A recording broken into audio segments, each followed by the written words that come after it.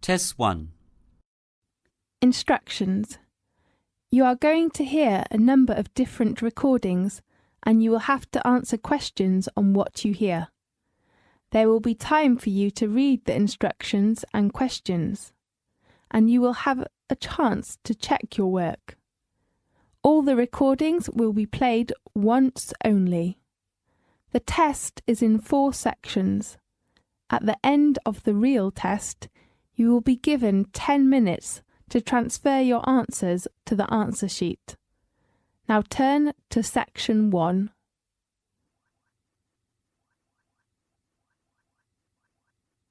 Section 1. You will hear a conversation about a part-time job.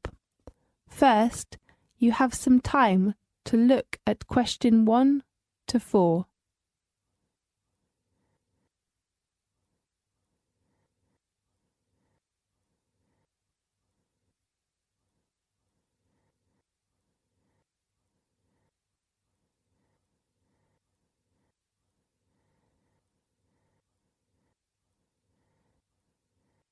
You will see there is an example that has been done for you. On this occasion, only the conversation relating to this will be played first. Good afternoon. May I come in? Yes, come in, please. Well, is this the job centre for students? Yes. How can I help? I'm looking for a part-time job in the campus. Do you have anything available at the moment? The type of job that the student hopes to apply for is a part-time job. So, part-time has been written in the space. Now we shall begin. You should answer the questions as you listen, because you will not hear the recording a second time. Listen carefully and answer questions 1 to 4. Good afternoon. May I come in? Yes, come in, please. Well, is this the job centre for students? Yes. How can I help you? I'm looking for a part-time job in the campus. Do you have anything available at the moment? Yes, of course. Before checking the job position, let's get some personal information from you first, okay? Yes. Well, what's your full name? My full name is Andy Khan. Can you spell your last name? It is Kahn, Khan. Okay, Andy. Are you a registered student in our university? Yes. What's your major and faculty? I'm studying educational studies in the educational faculty. Good choice. Did you bring your student union card or your library card? I have my union card. Do you need it? Yes, I need to copy it now. Oh, here it is. Okay, and can you tell me your mobile phone number? Oh, I just lost my mobile phone yesterday. I'm sorry. May I leave my home phone? Yes, of course. It is 0114-7281. Fine. Let's talk about the pay. What's your requirements for the pay? I think it should be about at least £10 per hour. Okay. I think it is not difficult to look for a position for you.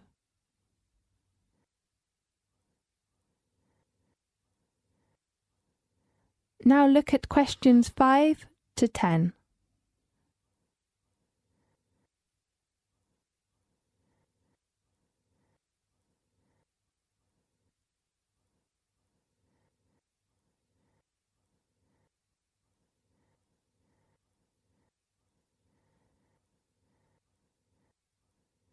Now listen carefully and answer questions 5 to 10.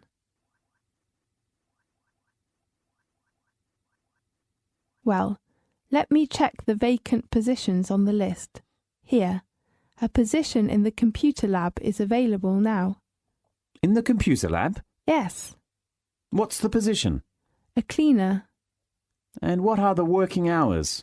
The computer lab opens at 8 o'clock and it needs to be cleaned before 7 o'clock.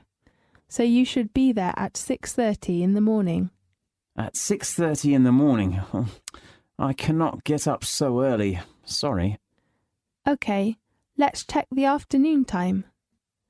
There is a job working as a counsellor assistant in the student union on 3 afternoons per week.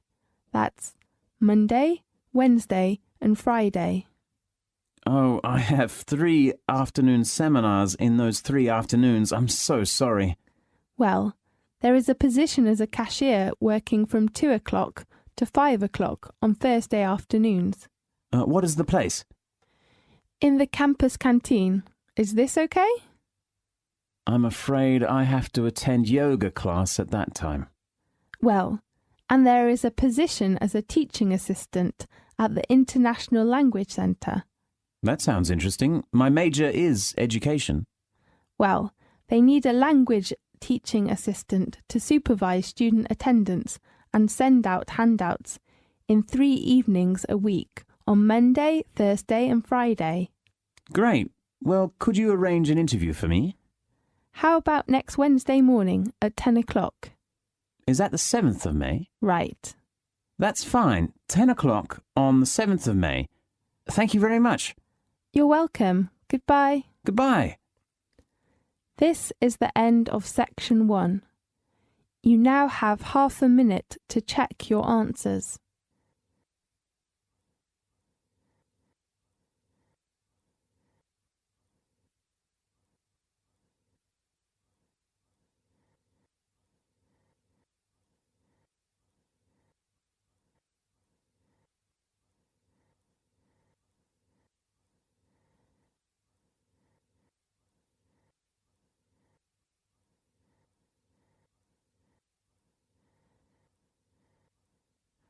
Now turn to section 2.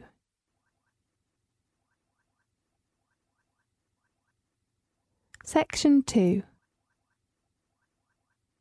You will hear a student inquiring for some information about opening a bank account. First, you have some time to look at questions 11 to 15.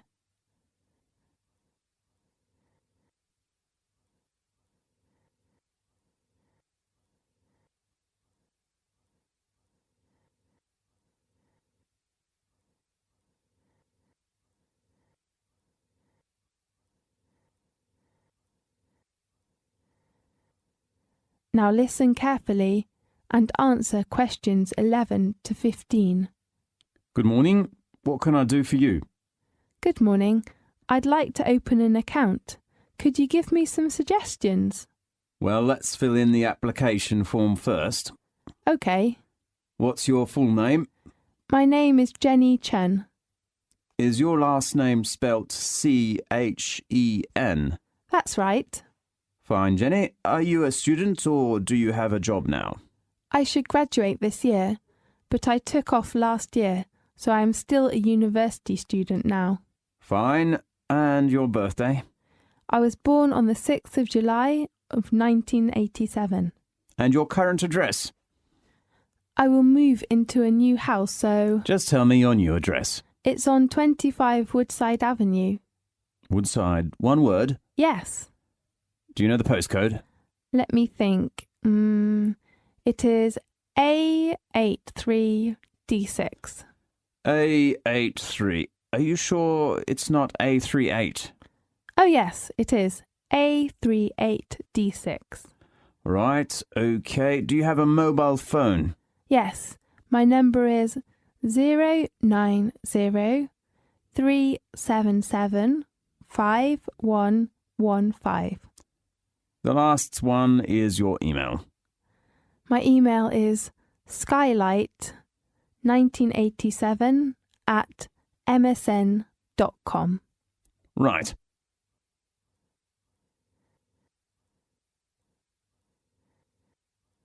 Now look at questions 16 to 20.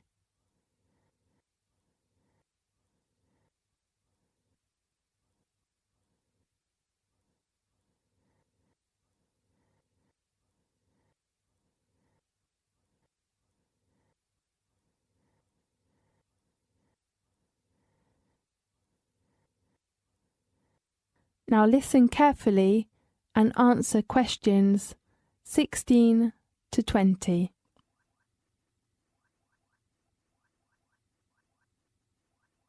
Right. Did you bring the documents we need, such as passport or letter from the university? Yes, here they are. What type of account do you want to open? I'm not sure. Could you give me some suggestions? I see. How about the student account? It's a kind of current account. Student account. Does it have a high interest? I'm afraid not. If you want to have a high interest account, maybe a deposit account is a good choice. But you have to deposit at least £5,000 when you open your account. Oh, how about the annual interest of a student account? It varies from time to time. At present, it is 3.5%. Right. I'll take the student account. That's fine. And can I get a cash card? Certainly, I will supply you with a cash card. Great. May I apply for an overdraft? I'm afraid you cannot. The cash card doesn't have a service of overdraft. Yes, I see. How much money do you want to deposit now?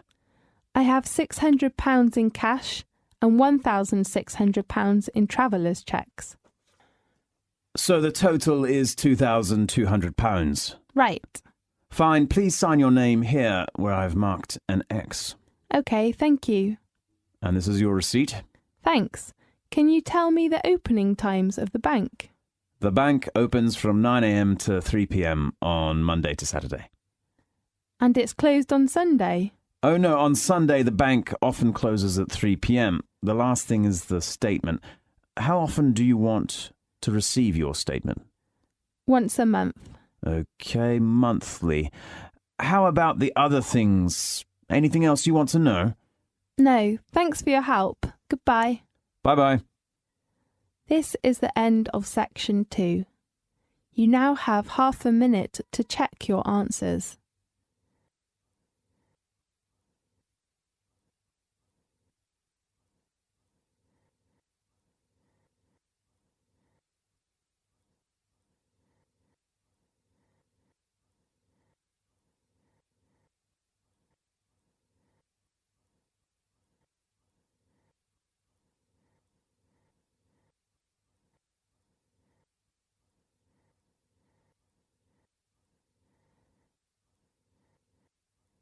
Now turn to section 3.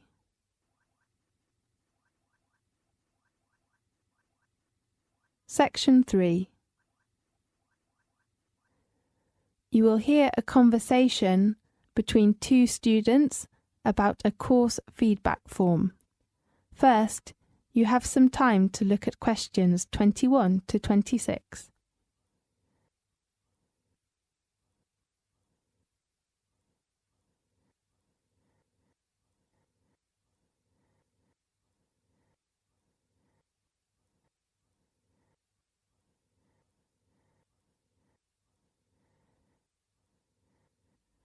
Now listen to the tape and answer the questions 21 to 26. Hi, Anna. What are you doing? I'm filling in a feedback form. What form? The student feedback form for our course. Oh, I really forgot that. What's the date for handing that in? Tomorrow morning. Oh, no. Have you finished? I'm just beginning. Great. If you don't mind, we could do it together. Of course. Did you bring your form? Yes. OK, let's begin with the top first. It is a course name. Politics and Economics? No, it is our faculty name. Oh, sorry. According to the course data from the 20th of March to the 20th of June, I think the name of the course should be Global Economy. Are you sure that it is economy, not economics? Definitely. All right. The next item is the name of our subject advisor. Professor Robert Hanson. Right. Yeah, I like him very much. Me too. He's very handsome. Yeah, just like me. Yeah, nice and humorous. Yes, let's see the first point on the evaluation form, handouts and equipment. What's your opinion? I think the handouts are very good. I mean, they are clear and sent out on time. Yes, I agree, but do you think the words of handouts, well, maybe too many words? What do you mean? I mean, I have to spend so much time reading them, just like reading a book. Right, let's put that down. How about teaching equipment? I do really love the new multimedia. It's perfect. Yes, I agree, but the printer... It is really bad. Too old, and sometimes it doesn't work. Should we suggest a new printer instead of the old one? Why not? Let's turn to the second item. It is course structure. I do really like Robert's balanced design of the course. Yes, I agree. He organised it very well. Do you remember he sent out the course outline on the first class? Yes, it is very clear. I think it is a very good beginning and it is very important for the class. Right. I gained confidence from him after the first class. What about suggestions with course structure? Maybe... What? Don't you think we have too much research work in the first module? Research work? Yes, we only had one research in the second module. You are right. Let me put that down. Now look at questions 27 to 30.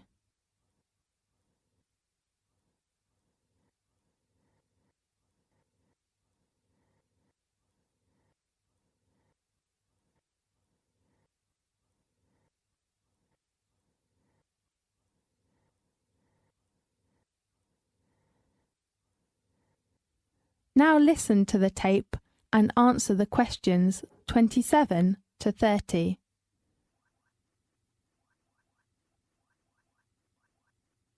The next one is practical training. Well, I think it's a good chance for our future job, right? Yes, I agree. I learn more knowledge from that than from other lectures. Right. What about suggestions for improvement? I think the department should supply more different places for us instead of just one. Yes, let's go on the next one. Assessment. What's your opinion? Fine. I got my feedback really quickly of one of my presentations. Yes, me too. But I think the exam time should be adjusted. What type of exam?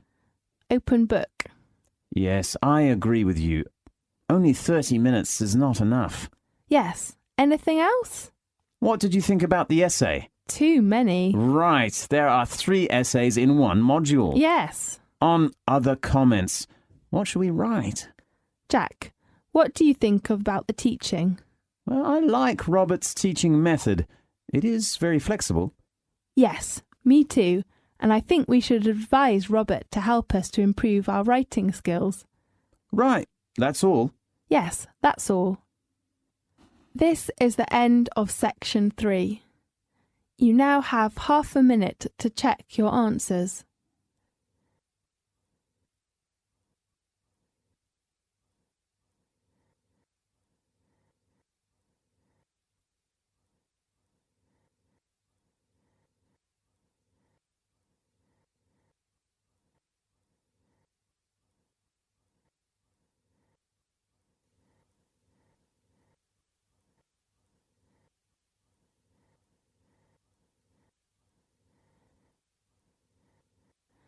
Now turn to section 4.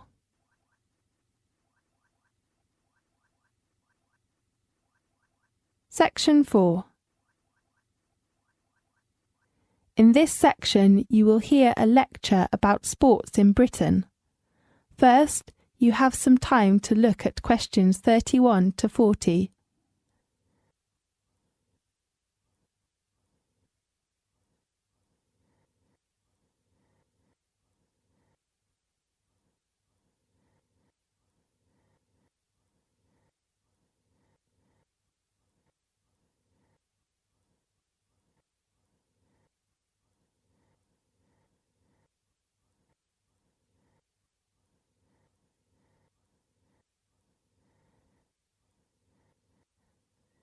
Now listen carefully and answer questions 31 to 40.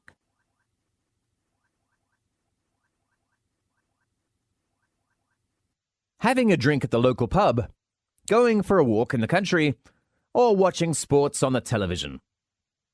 These are all the main ways in which many British people like to relax on weekends or holidays. Such activities tell us about how modern British people like to spend their leisure time. But if you look more closely, we can see that these activities are not just recent inventions, but are deeply rooted in the British culture over many centuries. Today we will talk about some sports which we see played throughout the world and were born in Britain. Let's begin with football. As we all know, Britain is the place of origin of modern football. The idea of sports having seasons, like the football season, also comes from the natural rhythms of an agricultural society, where the timing of harvests and the general weather affected how people spent their time. Football is played in early spring, when the weather is wet and not too cold. In winter, bad weather kept people indoors, and they had not so much work to do on their farm. So, men used to doing hard work, or physical labor, found they needed to release their energy, and so got together regularly to play boisterous and fast games like football. Meanwhile, during the Renaissance, football had been regarded as a rough sport for the aristocratic young men, although all social classes used to join in on the local football match. Today, violence is still associated with football. Football hooligans, supporters of rival teams, sometimes clash before, during and after matches, and run riot through the city or town, breaking windows and beating each other up. Of course, the football violence gets a lot of attention. Nowadays, before some big matches when trouble is expected, police usually patrol the streets, pubs close to the football courts, and some shops, and even lock their doors and shutter their windows. The Football Association was set up in 1863. It is the league or association that the major teams compete in, for a trophy title known as the FA Cup. The Football Association puts out a series of measures to control violence, so as to ensure a successful match. A more gentle sport that is very popular in the world is tennis. Wimbledon, a town near London, is where the world's top players gather to compete. It has been one of the major sports events of the British calendar. As we all know, tennis was invented in Britain, but few people know tennis owes its origins to the church. According to the records, by the mid-15th century, people were making a game of bouncing a ball off the side of their local churches or cathedrals, first using the hand and later a racket. Football, archery, tennis, and other sports were frequently played in churchyards. In England, the sound of summer is said to be the sound of leather on the willow, the ball hitting a cricket bat. Cricket was one of the very first team sports in Britain to be played according to the same organised rules nationally. Before the Victorian era, and in modern Britain, people from all walks of life played cricket. But in the 19th century, cricket became a sport associated with the upper classes. It was a kind of snob game, played by boys who attended public schools. And then the sport became popular in the public school system, in the colonies of Australia, New Zealand, India, and Pakistan. British is full of idioms to the sport.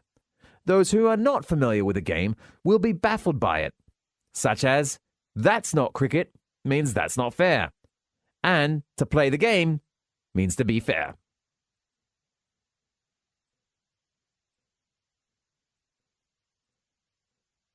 The true sport of British kings and queens is not skiing or golfing, but horse racing. National horse races have been held throughout Britain for hundreds of years. The horse at the heart of medieval life was a symbol of authority and wealth and necessary to travelling, hunting, and warfare. The sport of riding a horse is still considered rather snobbish, or an aristocratic sport, because the average British family cannot afford to own a horse. Meanwhile, there are stables which rent horses and offer riding courses at affordable prices. So certainly, almost everyone can afford to place a bet on a horse race now and then. As a sport of kings, kings and commoners alike enjoy betting on horses. The Queen, who likes riding, also likes betting on horses and often attends some major races. Although she is extremely rich, she gets very excited when the horse she has placed her money on wins. There are two kinds of horse racing. The flat race, where horses and riders compete on a flat oval track. And the steeplechase, which is racing either across the countryside or around a course designed to represent the obstacles you might overcome in the countryside. The Grand National, which is set up in 1837 and is the world's most famous steeplechase. However, some horses are usually injured and badly hurt. Horses are sometimes shot. Animal lovers cannot accept that animals should be hurt and killed for people's entertainment.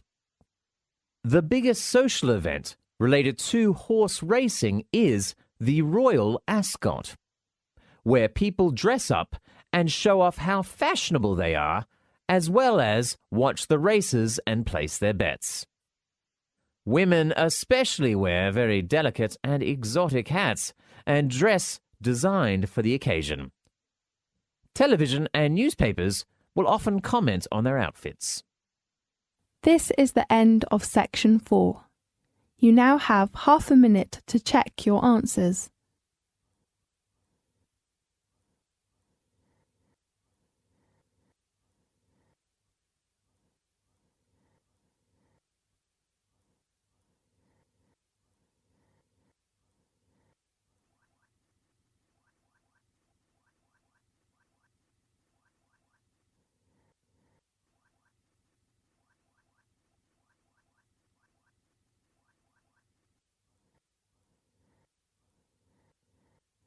This is the end of the listening test. You now have 10 minutes to transfer your answers to the listening answer sheet.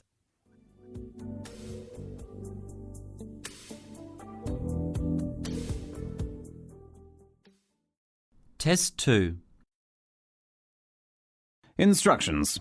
You are going to hear a number of different recordings, and you will have to answer questions on what you hear. There will be time for you to read the instructions and questions, and you will have a chance to check your work. All the recordings will be played once only. The test is in 4 sections. At the end of the real test, you will be given 10 minutes to transfer your answers to the answer sheet. Now, turn to section 1.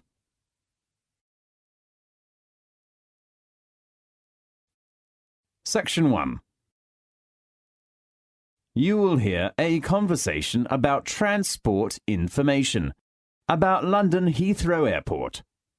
First, you have some time to look at questions 1 to 4.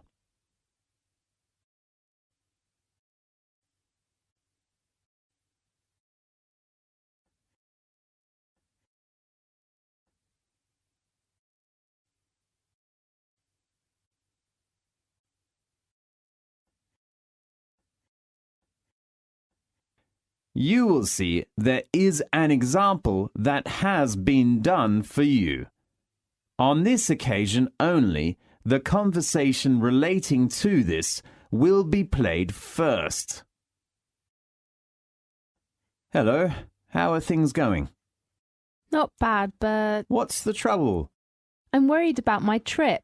Yeah, I remember you will go to Cambridge next week, is that right? Yes, but I'm not sure about the choice of transportation when I get off the flight. Don't you remember I'm from London? Oh, right. Could you give me some suggestions? Of course. The information the girl wants to know is transportation at London Airport. So, transportation has been chosen in the space. Now we shall begin. You should answer the questions as you listen, because you will not hear the recording a second time.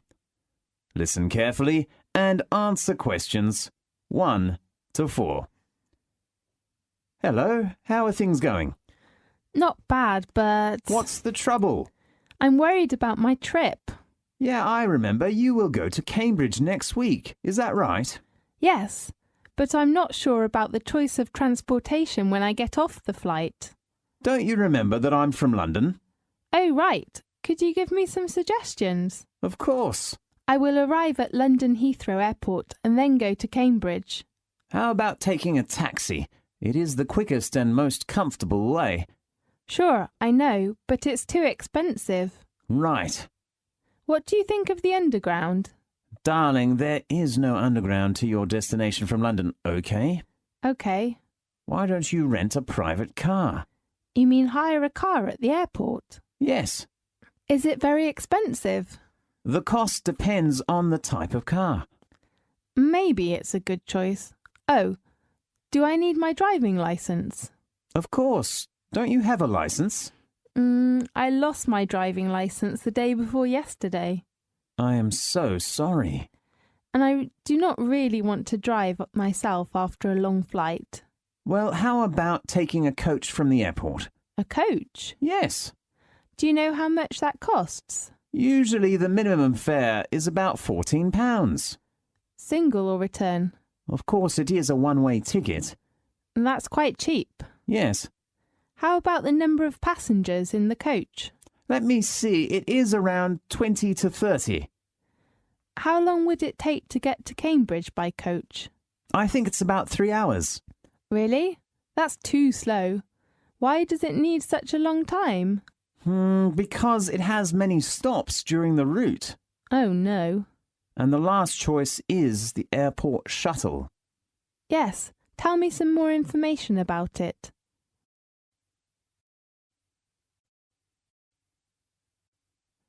Now, look at questions 5 to 10.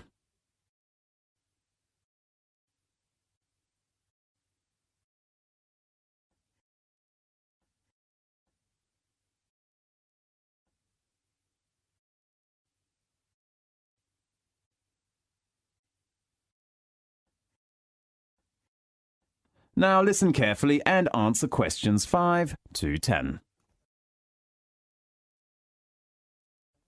I'm not very sure about it. It is better for you to get the information from airport clerks. Sure. Do you know the telephone number? Let me check. I think I saved it to my mobile phone. Yes, here it is. OK, I'll call it now.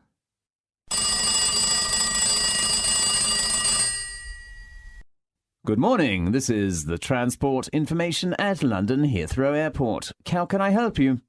Good morning. I'd like to reserve a seat on the airport shuttle. OK, I just have to fill out this form for you. What's your name? My name is Echo Gray. And your age? I'm 21 years old. What is your nationality? I come from New York. OK, American. Yes. And your flight number? It's BA188. What date will you arrive? 26th of August. Do you know the arrival time? You mean at Heathrow Airport? Yes. It is 3:05 in the afternoon. Sure. Which terminal? It is... let me think. Is it Terminal 5? Oh, yes. So that's the Heathrow Airport to Cambridge on the 26th of August. Yes. Single ticket or return? Just single. Does that have some discount? I mean, some special tickets? There will be a Super Save ticket after 4 o'clock in the afternoon on the 26th of August. That's great. So what's the departure time? 16:10. That will give me plenty of time to collect my baggage. Sure. How much is the fare? A single ticket of Super Save is £18 and includes coffee. That sounds good. Oh, how long will it take to get to Cambridge? Up to 2 hours. Great. The last thing, how will you pay your shuttle fare? Do you accept American Express? Of course. Please tell me your number. It is 3339 5183 77 996047. OK. Thank you for choosing Heathrow Airport Shuttle. You can get your shuttle ticket from our reception when you arrive at Heathrow. Thanks for your help. You are welcome. Goodbye. Goodbye. This is the end of section 1. You now have half a minute to check your answers.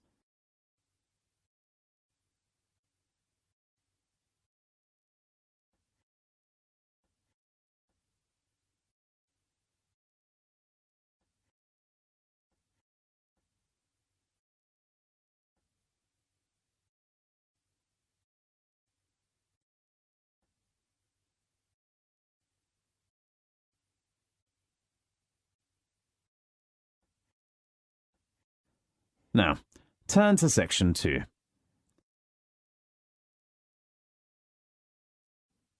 Section 2. You will hear a conversation about health centres. First, you have some time to look at questions 11 to 20.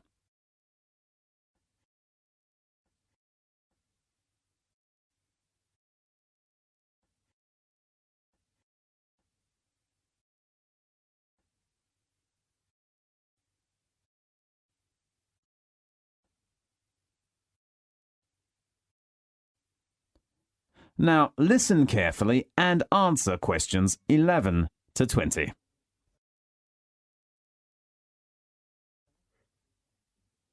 Good morning. Good morning. Come in, please. How can I help you? I want to know some information about your health centre. Yes, sit down, please. There are 2 health centres. One is East Centre and the other is West Centre. Where are they located? East Centre is about 10 minutes to City Hall. Very close, and West Centre is out of town. How about the appointment system of the 2 health centres? Well, we have a proper appointment system, but because East Centre has many patients, I have to say its appointment system is not bad. How about the West Centre? It is more efficient than the East Centre, just 48 hours drive in advance. Fine. How about their facilities? What do you mean? How about the difference of medical facilities between the 2 centres? The East Centre has modern facilities, especially for some patients who need an operation. Yes. How about the facilities at the West Centre? It also has a standard facilities, but it's not better than the East Centre. Yes. I'd like to know some information about the doctors in both the health centres. There are about 12 doctors at East Centre. I heard somebody say there is a really nice doctor who is good with children. Yes, he is Dr. Sam. I'm worried about my son's leg. How old is your son? 7 years old. Oh, I think the West Centre is a good choice for you. What do you mean? There are 8 doctors at the West Centre. Dr. Jerry is one of the most famous doctors in both health centres. Yes, it is said that Dr. Jerry is very good with leg trouble. Yes, I will think about it. If you want a doctor to visit you at home, you can reserve a home visit. Really? Yes, but we have a fixed home visit time. Could you tell me the time arrangements? Consulting hour for doctors at the East Centre is from 9 o'clock in the morning to 5 o'clock in the afternoon. And the West Centre? The time is from 10 a.m. to 5 p.m. How about emergencies? If it is an emergency, you can phone at any time, night or day. It might not be your doctor that comes through, though. Yes. How about the charge? You mean in an emergency? Yes. If you are a member, we will charge you £8 at the East Centre. Is it the same fee with the West Centre? No, because of the distance, the charge will be £9.50. Sure. How about medication? When the doctor sees you, you will get a prescription. You can take the medication you need at our health centre or go to a drugstore. Sure. If it's for a child under the age of 10, you don't have to pay for medication. Really? That sounds good. The same thing applies if you are a patient who is retired or pregnant. Right. May I apply for your health centre's membership now? Of course. You should fill in the form first. Fine. This is the end of section 2. You now have half a minute to check your answers.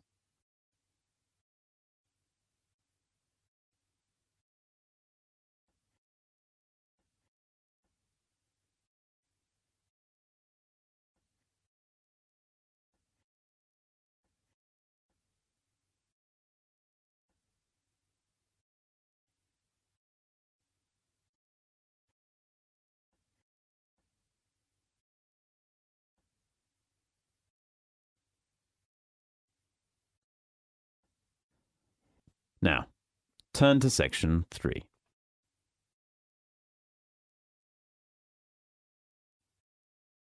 Section 3.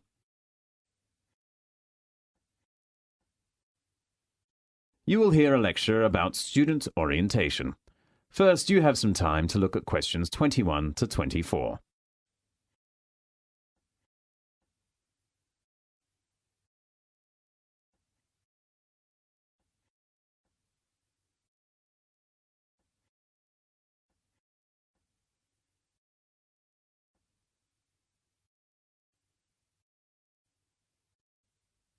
Now, listen carefully and answer questions 21 to 24. Welcome to the University of Newcastle. I'm Caitlin. Now let's welcome Mr. Sutton to give us an introduction of orientation schedule. Thanks, Caitlin. Well, welcome to our university. There are 3 parts of the orientation during the next week. The first part is the campus tour. We will organise an orientation tour around the campus. Now, please look at the schedule. On next Monday, we will begin our tour with an introduction to the Student Union. So, please gather at the door of the Student Union at 9 o'clock.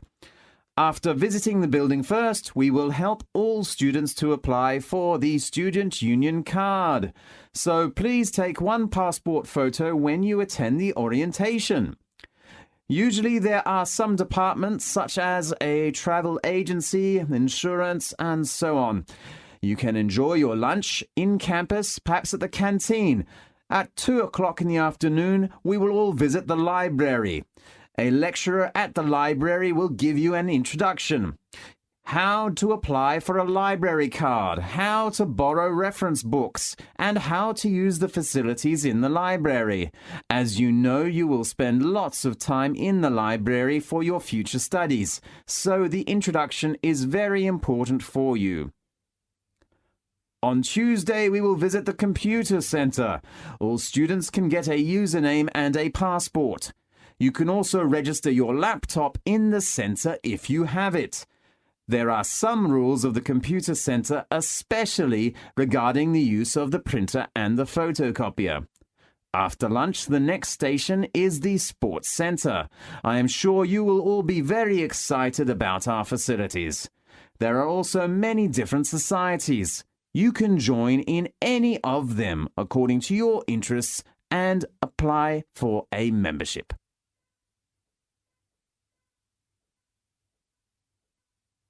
Now look at questions 25 to 30.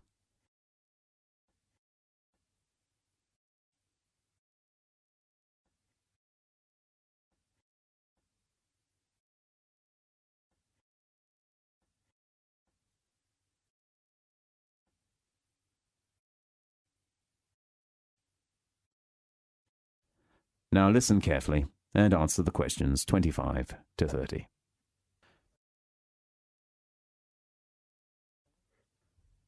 The second part of orientation is course arrangements. You should gather in the auditorium of the West Campus in the morning of Wednesday. The course coordinator or office staff of your facility will introduce you to the course requirements.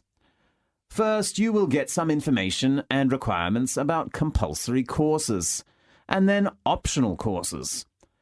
The faculty often gives students some handouts of course introduction and the different assessments of each subject. Students usually get 1 or 2 days to make a decision of optional courses. Of course, I know nearly all students will focus on the assessment. As usual, we have 4 assessments. Attendance is still the first one. We expect at least 80% attendance, and students cannot choose the time. And then all students have to write an assignment, such as an essay. Your personal tutor will give you help for the topic choice, structure, data collecting, and time arrangement, so don't be worried. As a student of the business faculty, all students have to do a presentation, especially group presentations, in which you can train and improve the team spirit. The last assessment is the exam. I know you will all hate it, but you have to attend some exams. Most exams are open book. Isn't it a busy day on Wednesday? You will have a free morning on Tuesday.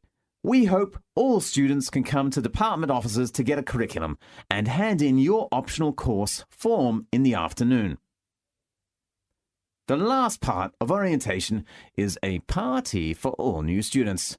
The party will be held at 5 o'clock in the afternoon on Friday. There is a common room on the 3rd floor in the business faculty building. We will prepare for many delicious foods and drink in there, and it will be a good chance to know your advisors and classmates. Okay, that's the main introduction of orientation. I am sure that you will enjoy it. Thanks, Mr. Sutton. The next thing. This is the end of section 3. You now have half a minute to check your answers.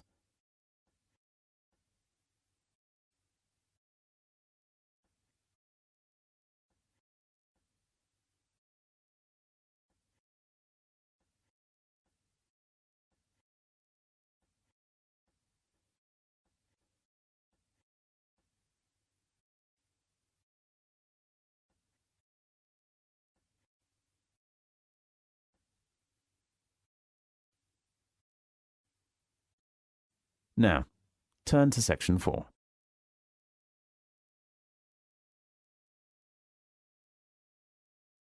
Section 4.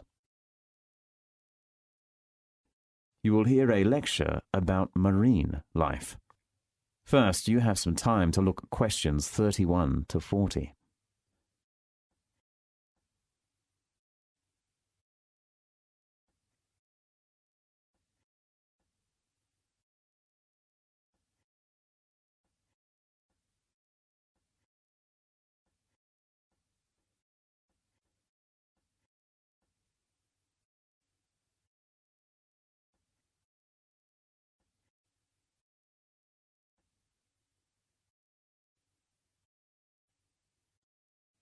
Now, listen carefully and answer questions 31 to 40. How many fish are in the sea? It's a hot topic for many scientists.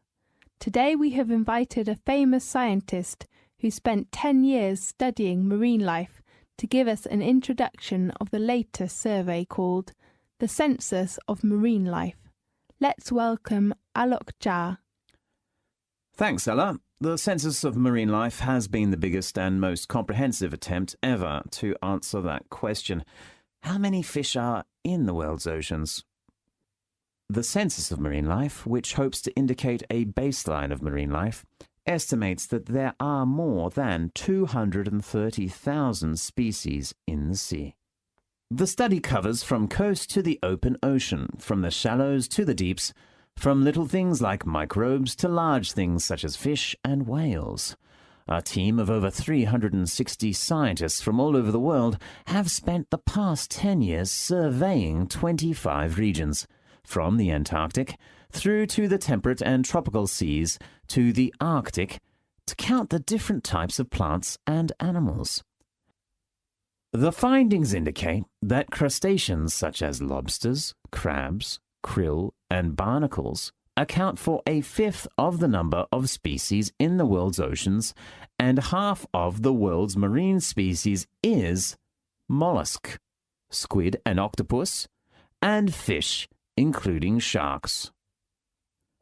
The charismatic species usually used in propagating environmental protection, for example whales, sea lions, turtles, and seabirds, account for less than 2% of the species in the world's oceans.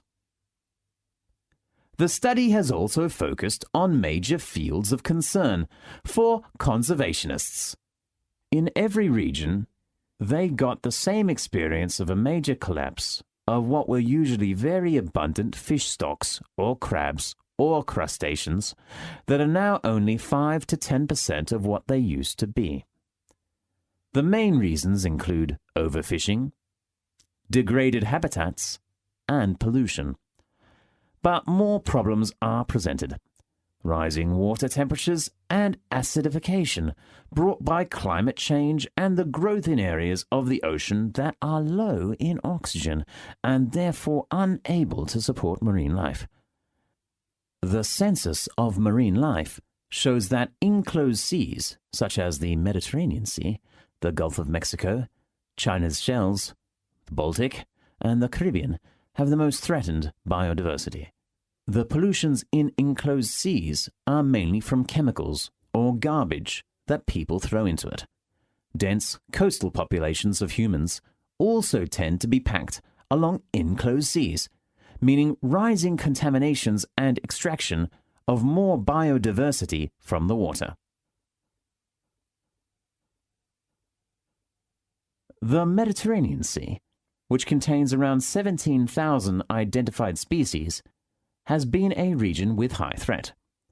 Scientists in our team studying the Mediterranean identified problems related to increased litter from shipping and munitions across the sea, as well as bombs discharged during the Kosovo War. The Mediterranean also has to face problems with invasive species, displacing the creatures that already live there. The census of marine life shows that the Mediterranean Sea has the most alien species, more than 600, among all the 25 regions that have been surveyed. It looks like the region with coral reefs has always had a very high rate of speciation.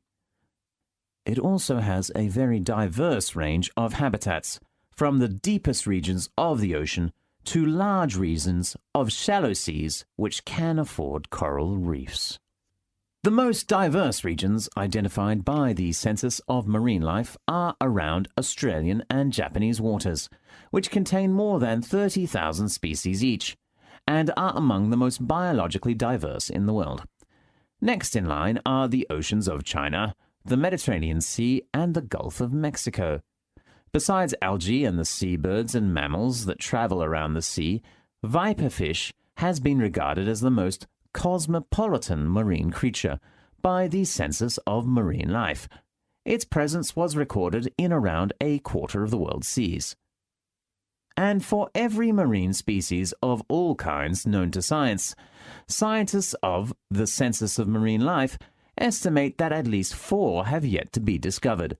For example, about 70% of species of fish have been discovered, but for most other groups, likely less than 1/3 are known.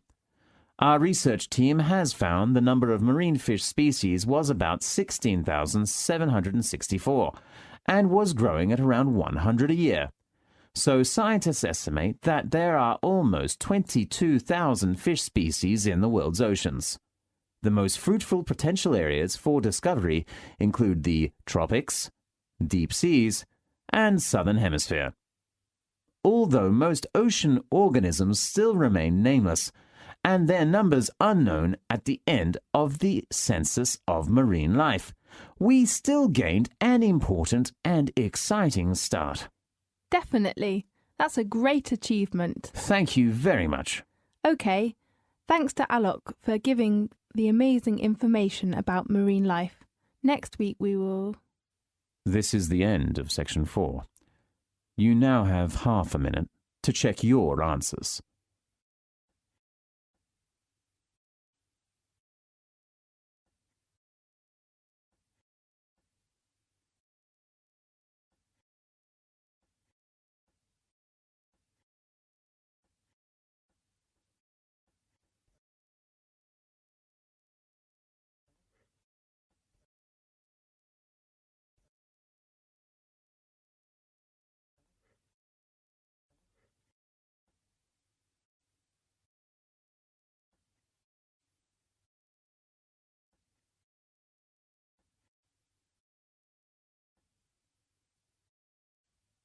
This is the end of the listening text. You now have 10 minutes to transfer your answers to the listening answer sheet.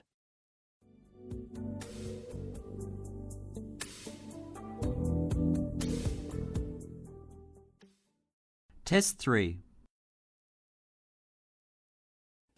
Instructions. You are going to hear a number of different recordings and you will have to answer questions on what you hear.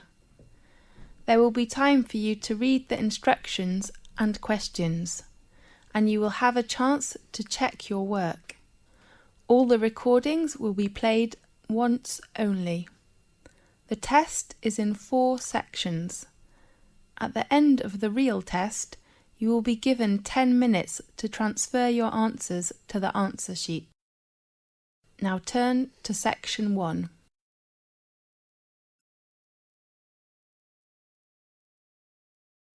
Section 1.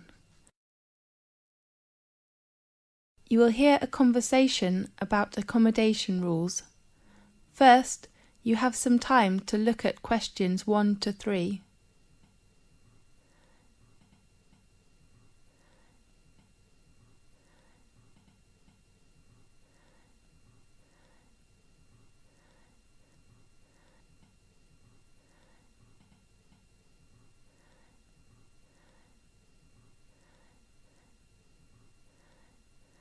You will see there is an example that has been done for you. On this occasion only, the conversation relating to this will be played first. Good morning, everyone. I'm your accommodation advisor. Well, firstly, welcome to Thomas House, which is one of the most popular accommodations in our university. I will give you an introduction about the house and answer your questions. The name of the house is Thomas House, so Thomas House has been chosen. Now we shall begin. You should answer the questions as you listen, because you will not hear the recording a second time. Listen carefully and answer questions 1 to 3. Good morning, everyone. I'm your accommodation advisor. Well, firstly, welcome to Thomas House, which is one of the most popular accommodations in our university. I will give you an introduction about the house and answer your questions. As you know, the building was constructed in the middle of the 18th century and was used by the family of Thomas. That's, of course, how the house and university got its name. We repaired it and added some new and modern facilities last year. Excuse me, advisor? Yes? What kind of facilities are there in Thomas House? There are 3 floors. A front hall and a dining room are on the ground floor. Does the house have a garden? Of course. And a garage? No, we don't provide parking lot to students. Okay. A small gym with some new equipment is on the 2nd floor. Does it have a computer room? No, I mean a leisure room on the 2nd floor, and you can find a comfortable lounge with a big balcony on the same floor. How about bedroom and bathroom? They are both on the top. How many students are there in one flat? 4 to 6. I wonder if I have to share a bathroom with others. No, we provide every student a bedroom and a bathroom. Great.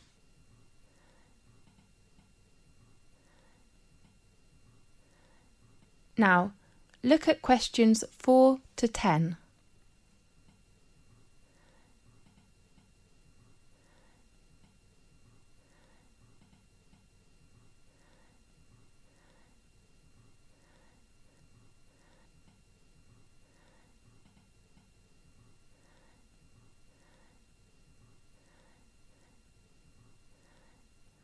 Now listen carefully and answer questions 4 to 10.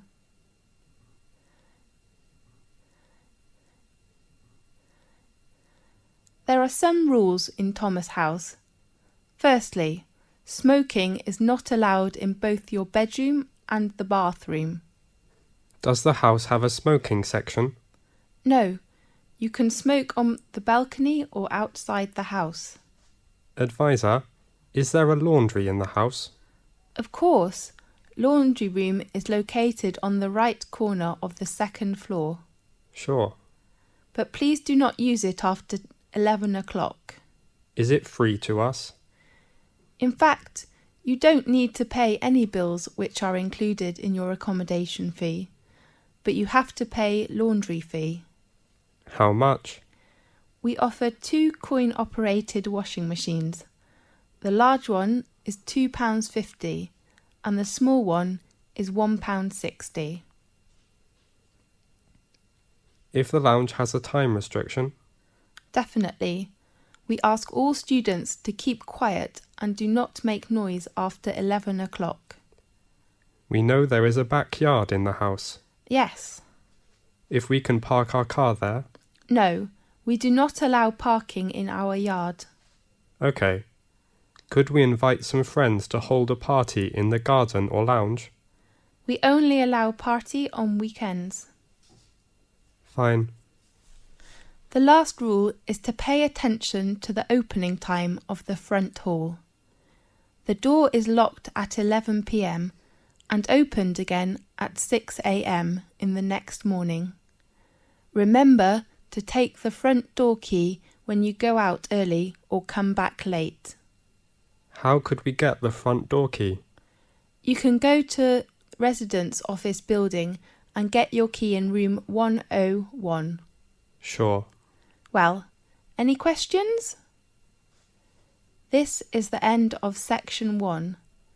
You now have half a minute to check your answers.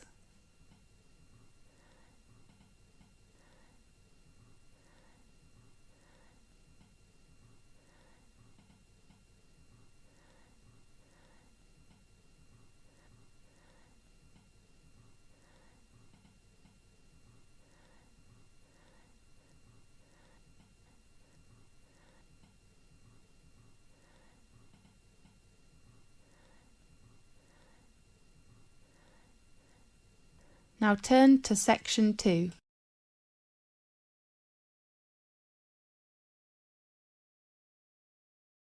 Section 2. You will hear an introduction about sports matches. First, you have some time to look at questions 11 to 17.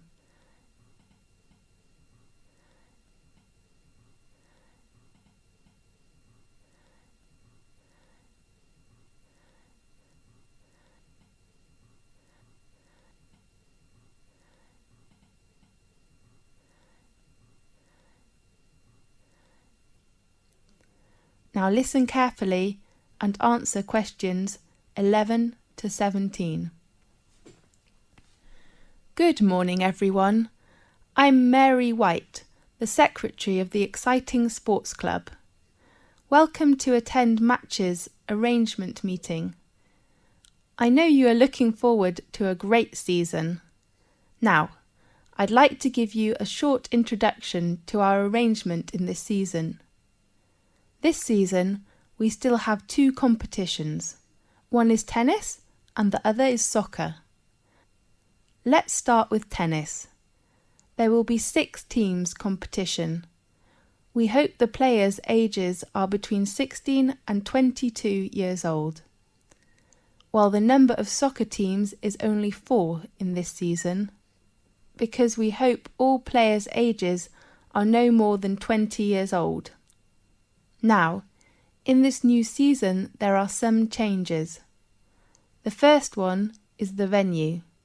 We will arrange all our matches for both the tennis and soccer competitions in Magic Park instead of Darry Park, which was used last year. Tennis matches will be arranged on Court 2 and Court 4 will hold soccer matches. Our match schedule: all tennis matches will be played on Sunday afternoons. All matches will begin at 2 o'clock. Soccer matches in this season will be played at 7 o'clock on Saturday evenings. The joining fee is still £30, including a new sport gear. We still offer a week of training session before formal match for our new players. There are 2 training sessions at 3 p.m. to 5 p.m. on next Friday and Saturday afternoon. The fee is only £12. Now, I'd like to introduce the coach of each training session, George Hanson, who has been supervised the tennis teams for over 4 years, will still be coach this season. While we will invite a good soccer coach who has enough patience and professional skills to work as this season's soccer coach.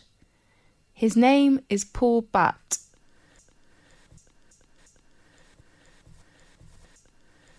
Now, look at questions 18 to 20.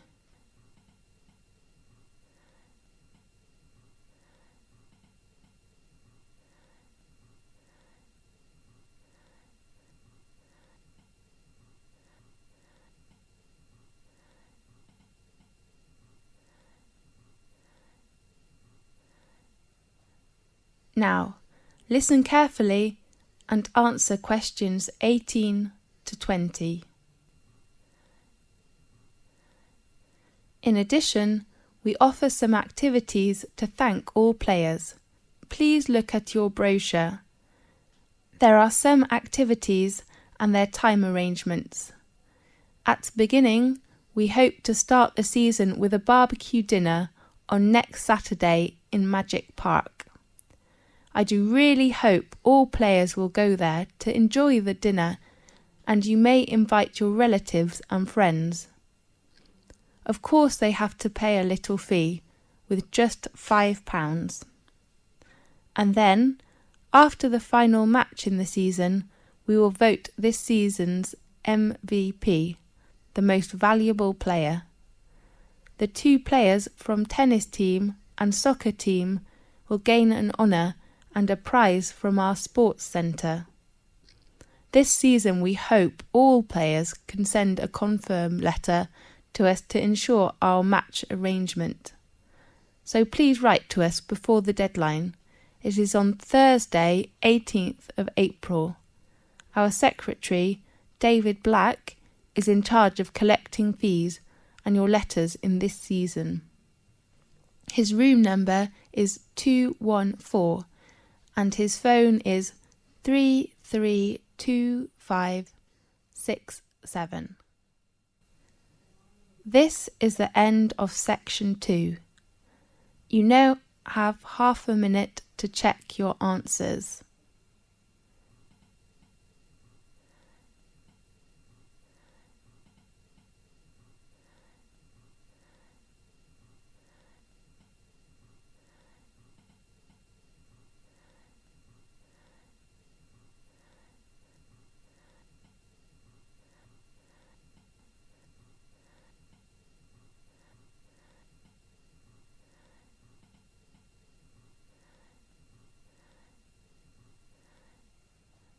Now turn to section 3.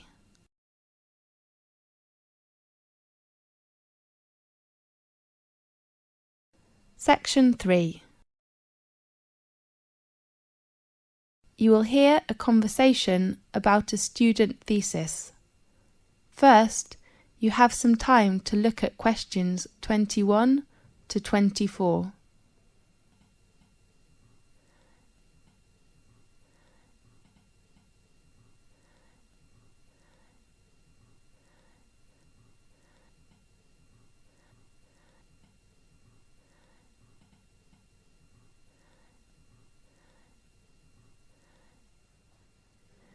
Now listen carefully and answer questions 21 to 24. Come in, please. Good afternoon. Oh, I am sorry.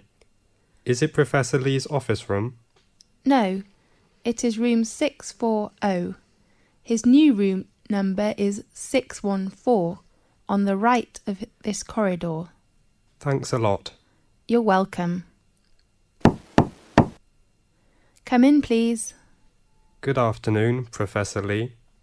Good afternoon. Come in, please. I remember our tutorial time is at 2 o'clock, right? Really? Oh, I am so sorry. I remember it is at 1:30. So I go to common room to wait for 30 minutes, okay? No, I'm free now. Let's begin. I am so sorry. That doesn't matter. So, how about your work? In fact, Professor Lee, can I get an extension of time to hand in my work? I mean, I hope to extend my thesis deadline. James, you know extension is usually given only for medical or accident reasons. So what's your problem? You have a good beginning with your draft, isn't it right? Yes, well, I'm having too many reading materials to read. Too many? How many? Besides academic journals, I have about 15 books to read next month. I don't think I can finish them. Oh, darling, you do not need to read them all. What do you mean? I mean, you can choose some parts of these books which can help your work. Really? Could you give me some suggestions? Sure.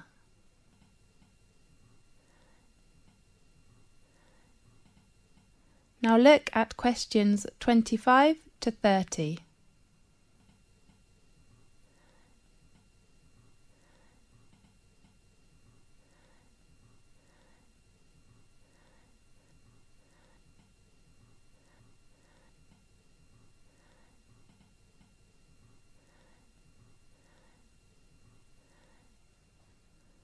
Now listen carefully and answer questions 25 to 30.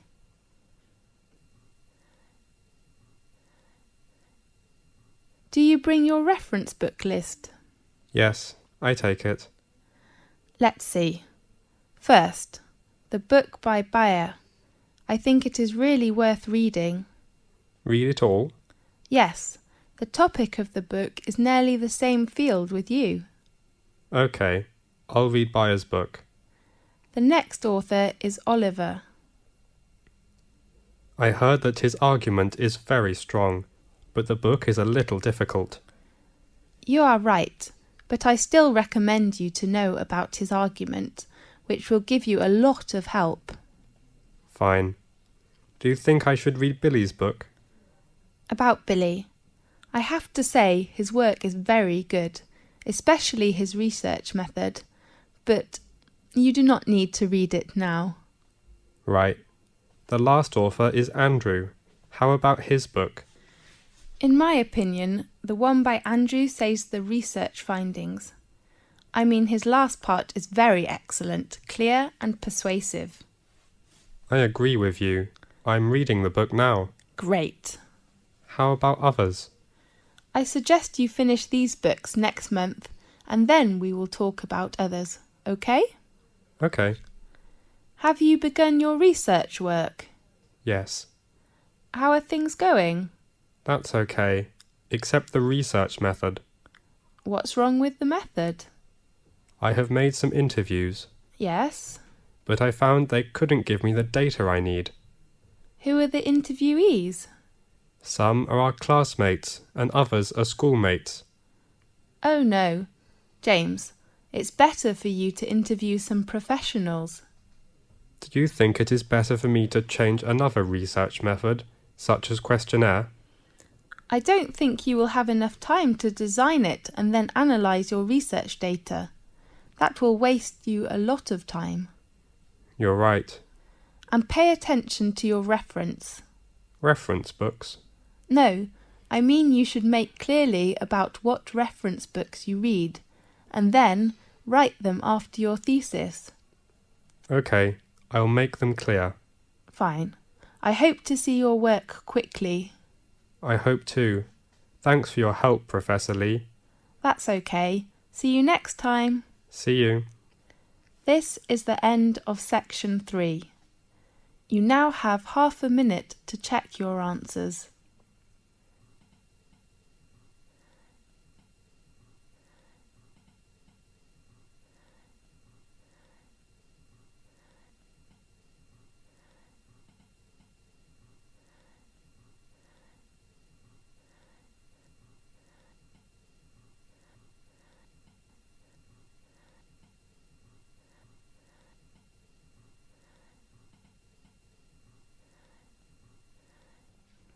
Now turn to section 4.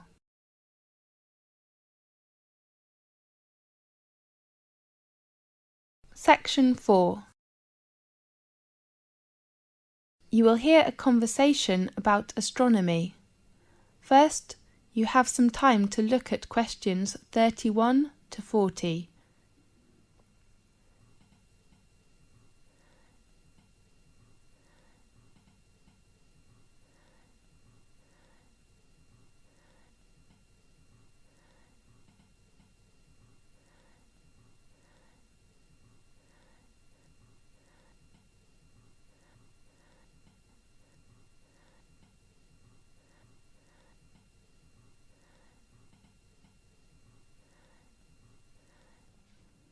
Now listen carefully and answer questions 31 to 40.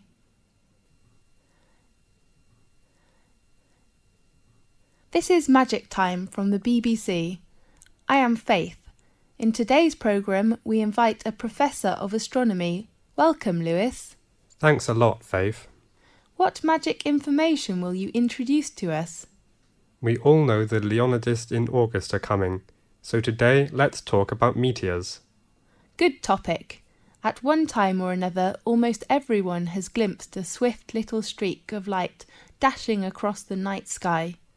Nearly everyone makes wishes when they see them and blame both good and bad luck on their presence. Yes, these sudden celestial visitors are meteors. We often call it shooting star. The glowing trails are caused by the incineration of a piece of celestial debris entering our atmosphere. Many meteors are quick flashes, but some last long enough for us to track their brief course across the sky. Right. Now and then, a meteor truly will light up the night, blazing brighter than Venus, although rarely, even brighter than the moon, leaving in its wake a dimly glowing trail that may persist for minutes. Lewis, can we see some meteors every night in 1 year? Yes. Under a dark sky, any observer can expect to see between 2 and 7 meteors each hour, any night of the year. These are sporadic meteors. Sporadic meteors? Yes. Their source bodies, meteorids, are part of the dusty background of the inner solar system. Several times during the year, Earth encounters swarms of small particles that greatly increase the number of meteors. The result is a meteor shower, during which observers may see dozens of meteors every hour. Concentrations of material within the swarms may produce better than average displays in some years, with rates of hundreds per hour, and were treated to a truly amazing display in which thousands of visible meteors can be seen for a brief period. The phenomenon is called meteor storms, which are more magnificent than meteor showers. Aha! That's wonderful! Definitely. The meteors that appear during a meteor shower seem to come from one point in the sky. This illusion is an effect of perspective, just as a roadway seems to converge in the distance. Usually, meteor showers get the name of the constellation from which the meteors appear to radiate. Such as during the Perseid shower in August, meteors seem to streak from a point in the constellation Perseus. When is the biggest meteor storm? According to records, in 1833, a storm of 60,000 meteors an hour shocked the world. 60,000? That's unbelievable! By the 1860s, scientists had known that many meteor showers were annual, including the normally placid Leonids, which produced the big storm, and that they were somehow related to comets. Really? Yes, but most of the meteors people have seen during one of the annual showers arise from fluffy particles not much larger than sand grains. As a particle enters Earth's atmosphere, it collides with gas atoms and molecules. The particle becomes wrapped in a glowing sheath of heated air and vaporized material boiled off its own surface.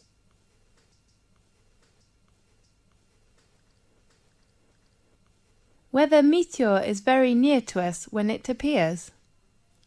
No, in fact, it is an illusion. However, even well-trained professionals can be fooled, such as airline pilots have swerved to avoid meteors that were actually 160 kilometers away. A meteor that appears brighter than any of the stars and planets is a fireball. Fireball? That's so interesting. Yeah. Most meteors are seen 80 to 120 kilometers above the ground. Sometimes someone will claim to see a fireball land on a hilltop. But in fact, a real fireball first appears at a height of about 125 kilometers and loses its brightness while still at least 20 kilometers above the ground. Yes. What colours do meteors have? Usually, most meteors look white, but some also appear blue, green, yellow, orange, or even red. What will happen if a meteoroid gets to the surface of the Earth without being completely vaporized? It will be a meteorite. I heard meteorites were long ago thought to be cast down as gifts from angels. Yes, and others thought the gods were displaying their anger. Really? As late as the 17th century, many believed they fell from thunderstorms. They were nicknamed thunderstones. Many scientists didn't believe the accounts of people who claimed to have seen meteors, and some experts were skeptical that stones could fall from the clouds or the heaven. Yes. One of the most significant meteorite events in recent history destroyed hundreds of square miles of forest in Siberia on June the 30th, 1908. According to local witnesses, a ball of fire streaked through the sky and seemed to enter the atmosphere at an oblique angle. It exploded, sending out hot winds and loud noises, and shaking the ground enough to break windows in nearby villages. Small particles blown into the atmosphere lit the night sky for several days. So, nowadays, the prevailing theory holds that a meteor exploded just above the surface. Yes. Most impact craters and basins larger than the meteor crater are heavily worn away or have been buried by rocks and dirt as the Earth's surface changed. At present, Chicxulub Basin, centered in Mexico's Yucatan Peninsula, is the largest one. The diameter of basin is around 300 kilometers. Rock samples obtained by drilling into the basin show that an asteroid struck the Earth there about 65 million years ago. Does that the same period with the dinosaurs disappeared? That's right. Many scientists believe this debris caused climate changes which made the dinosaurs not survive. We do really hope that will never happen again. Right. OK, thanks for watching today's programme. See you next week. This is the end of section 4. You now have half a minute to check your answers.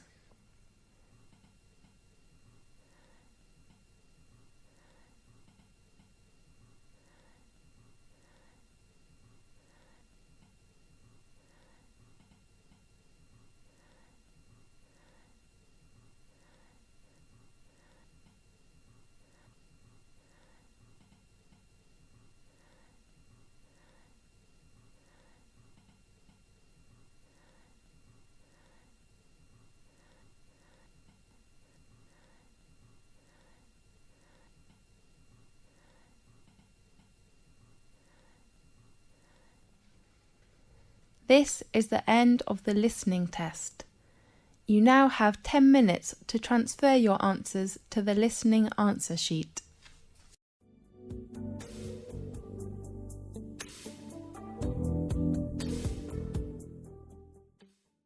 Test 4. You will hear a number of different recordings, and you will have to answer questions on what you hear. There will be time for you to read the instructions and questions, and you will have a chance to check your work. All the recordings will be played once only. The test is in 4 sections. At the end of the real test, you will be given 10 minutes to transfer your answers to an answer sheet. Now turn to Section 1. Section 1. You will hear a conversation between an optometrist and a patient who has come for an eye test. First, you have some time to look at questions 1 to 6.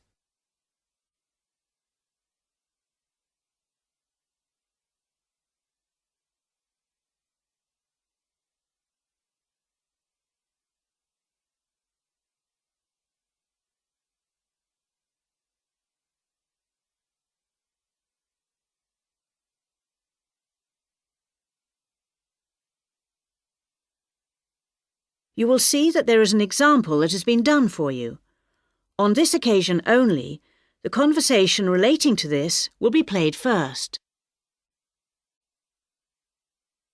Good morning, can I help you? Yes, I'm here for an appointment at 10 o'clock with the optometrist.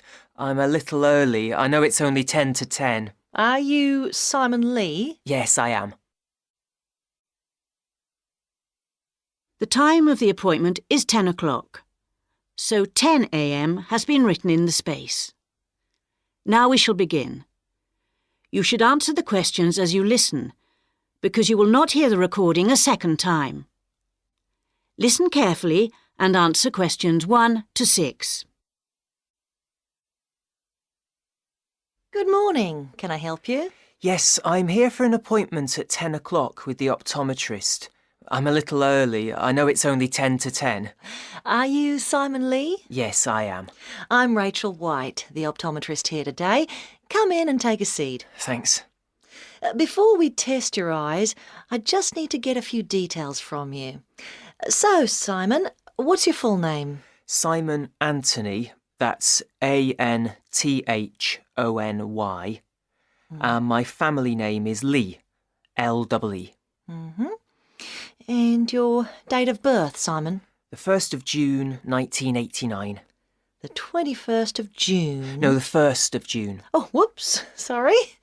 1989. Ah, same year my son was born. What's your current address? I'm living at a hall of residence. Which one? At University Hall, not far from here, in Adams Terrace. University Hall. And do you have any medical insurance? Yes, I'm fully covered. And who are you insured with? I'm with Health for Life. Healthy Life. No, people always get that wrong. It's Health for Life. They're part of some big insurance company. Good. Now, Simon, have you ever had your eyes tested before? Yes, once, but not recently. It was when I was still at school. So, roughly when would that have been? Probably around September 2007. No, on second thoughts, it must have been the year before. September 2006. And my eyesight was fine then. But you're having a little difficulty now, are you? Well, yes. Since I started at university, I've been having difficulty with distance vision. I can't always see things in the distance. Well, let's have a look. Now, I'm just going to cover your left eye. Yeah. Can you read the top line? Yes. RBQS.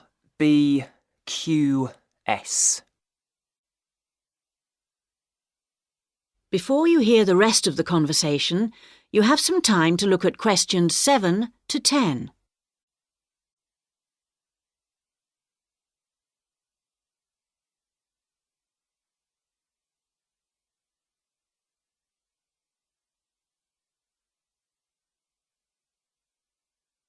Now listen and answer questions 7 to 10.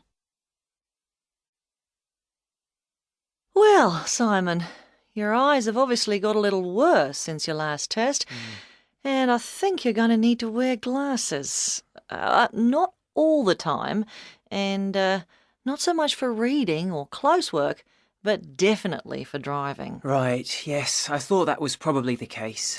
So now you need to choose some frames. There's a wide range to choose from, as you can see. Can you give me some idea of the difference in cost? I quite liked the idea of some frameless glasses. Did you? Well, the prices vary enormously, like everything, but the frameless ones are the most expensive. The cheapest are the ones with the full frame. Perhaps I'd better go for those. Or why not try these ones with the half frame? They're not too bad. Yes, they look quite nice, and they're strong. Far less likely to break than the frameless ones. Oh, that's a good point. OK, I think I'll take those ones. If you pop back next Monday, I should have them ready for you, and you can pay for them when you pick them up. Thanks very much. Can I pay by credit card? You can, but there'll be a slight charge if you do that. Right, I'll pay by cash then, if you don't mind. No problem. Cash, credit card, debit card, all the same to us. See you on Monday. That is the end of section 1. You now have half a minute to check your answers.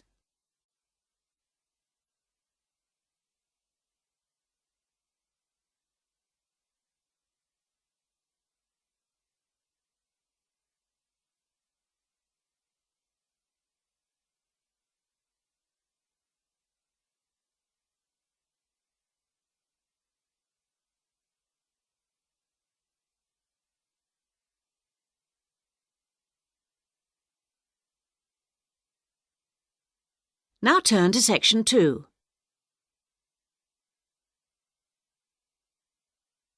Section 2. You will hear an extract from an audio guide to the Taj Mahal. First, you have some time to look at questions 11 to 16.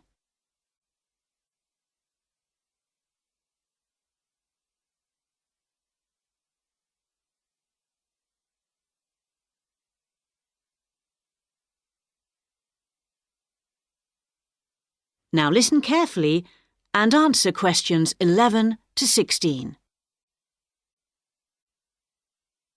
Welcome to our audio tour of the Taj Mahal.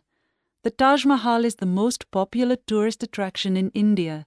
It's also one of the most spectacular buildings of the world and is considered as a symbol of love.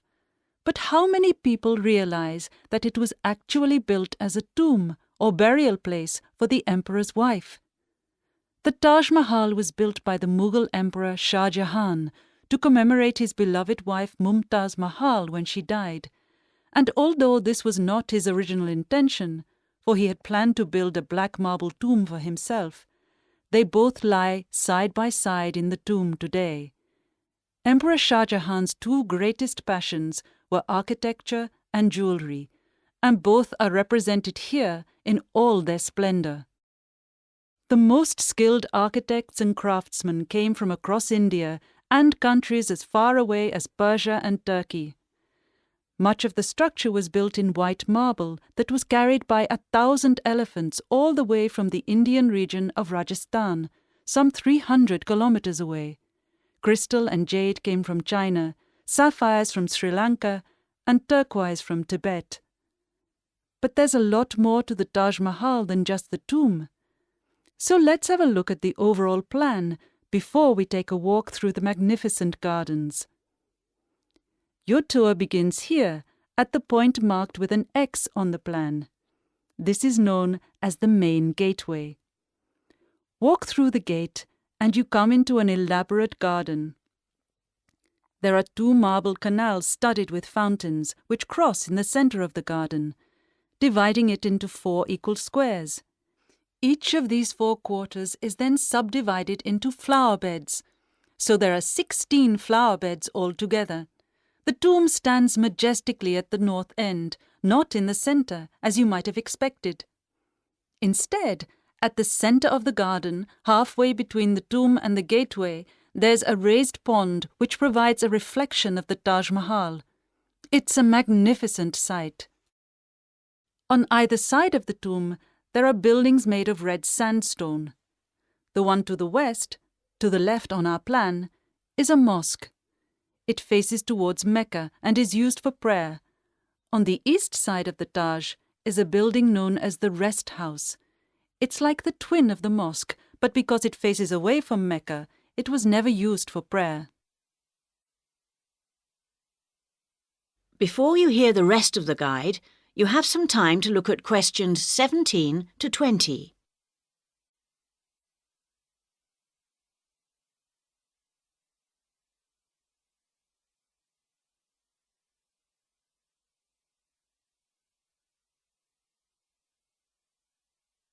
Now listen and answer questions 17 to 20. Many people have asked what the rest house was for. Was it a place for pilgrims to stay? Was it a meeting hall of some kind? Perhaps the most likely answer to this question is that its purpose is purely aesthetic, to act as a visual balance for the mosque and preserve the symmetry of the design of the whole complex. Let's have a look at some of the engineering features of the garden. For one thing, they require a constant supply of running water. When it was built, water was drawn from the river manually, using an elaborate rope and bucket system, pulled by a team of bullocks. The water was then brought through a broad water channel and held in a number of supply tanks. These tanks were at varying heights off the ground and were ingeniously designed to store the very large amounts of water required. Using an elaborate system of underground pipes, the water was then distributed from the supply tanks to each of the fountains. To ensure that the water pressure was the same throughout the garden, there was a copper pot under each fountain connected to the water supply. It was undoubtedly a brilliant system. That is the end of section 2. You now have half a minute to check your answers.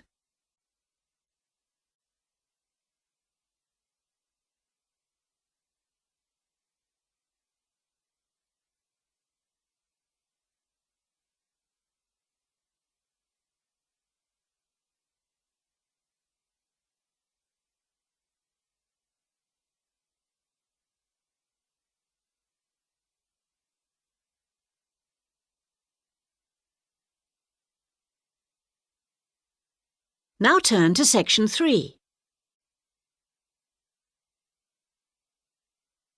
Section 3. You will hear a tutor and 2 students discussing the crop rice. First, you have some time to look at questions 21 to 24.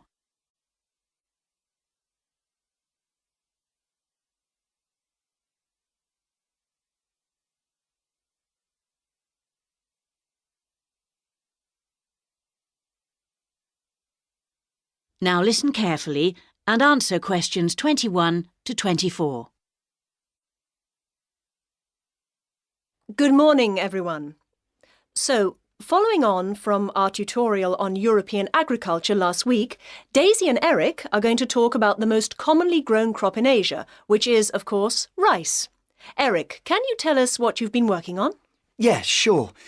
We've been looking at the role of rice in a number of countries, how it's grown, ways of increasing production. As I'm sure you know, rice is the staple diet throughout Asia and, in fact, 90% of the world's rice is grown and eaten there. Daisy's got some background on that. Well, rice was originally a wild plant which started out in the tropical regions of Asia. But there are literally hundreds of varieties today, and each with different qualities. For instance, one will survive floods, while another will grow in relatively dry conditions. A third has a really lovely smell. But wherever it grows, rice needs a lot of water. What do you mean by a lot? Well, it takes about 5,000 litres to get a kilogram of rice. This can be supplied either naturally or by irrigation. And as most rice-growing countries suffer from unpredictable weather, including drought, water management really is the key. Research has become so important now that each rice-growing country in Asia has its own research institute. Whether we're talking about Japan, China or Bangladesh, and they're all coordinated by a group in the Philippines called the International Rice Research Institute. Interesting. Bangladesh, for instance, has been successfully using different rice varieties and fertilizers for 30 years.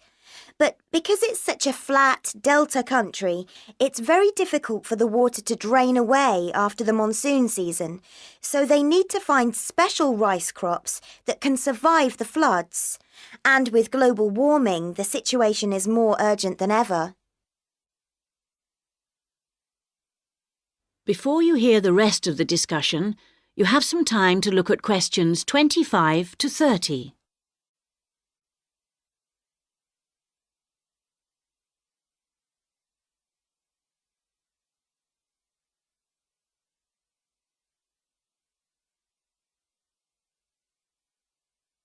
Now listen and answer questions 25 to 30. Now I'd like to move on to our comparative study. As you can imagine, China is the world's biggest rice-producing country.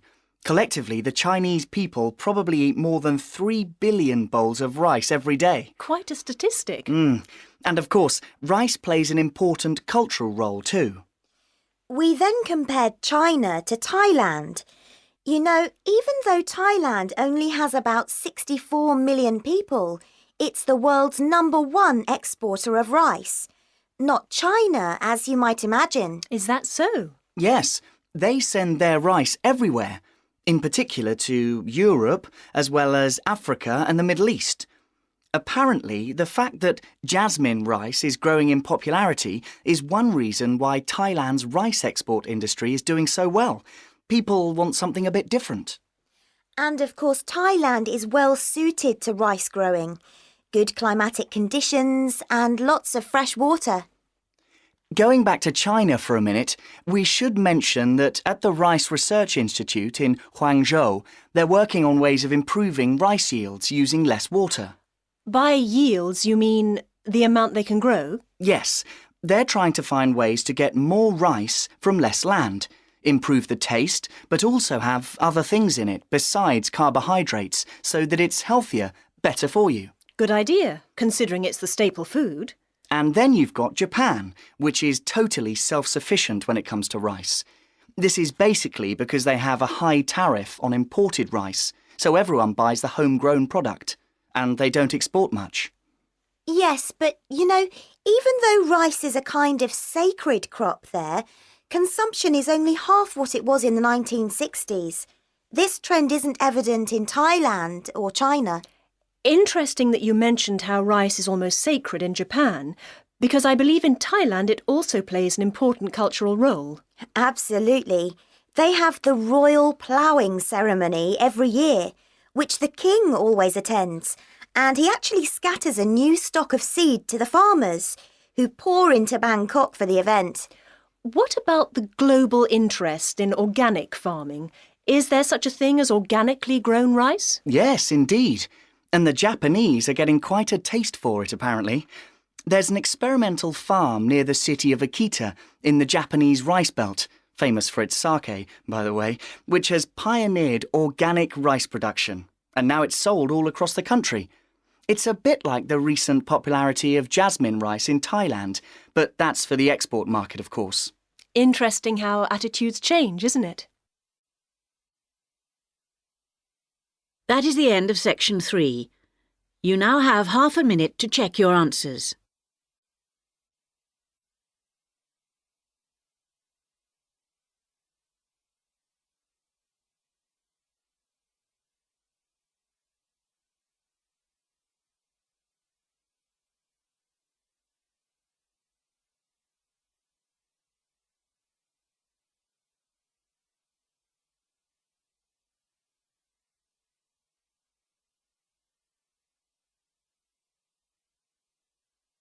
Now turn to section 4. Section 4. You will hear part of a lecture about writing for radio. First, you have some time to look at questions 31 to 40.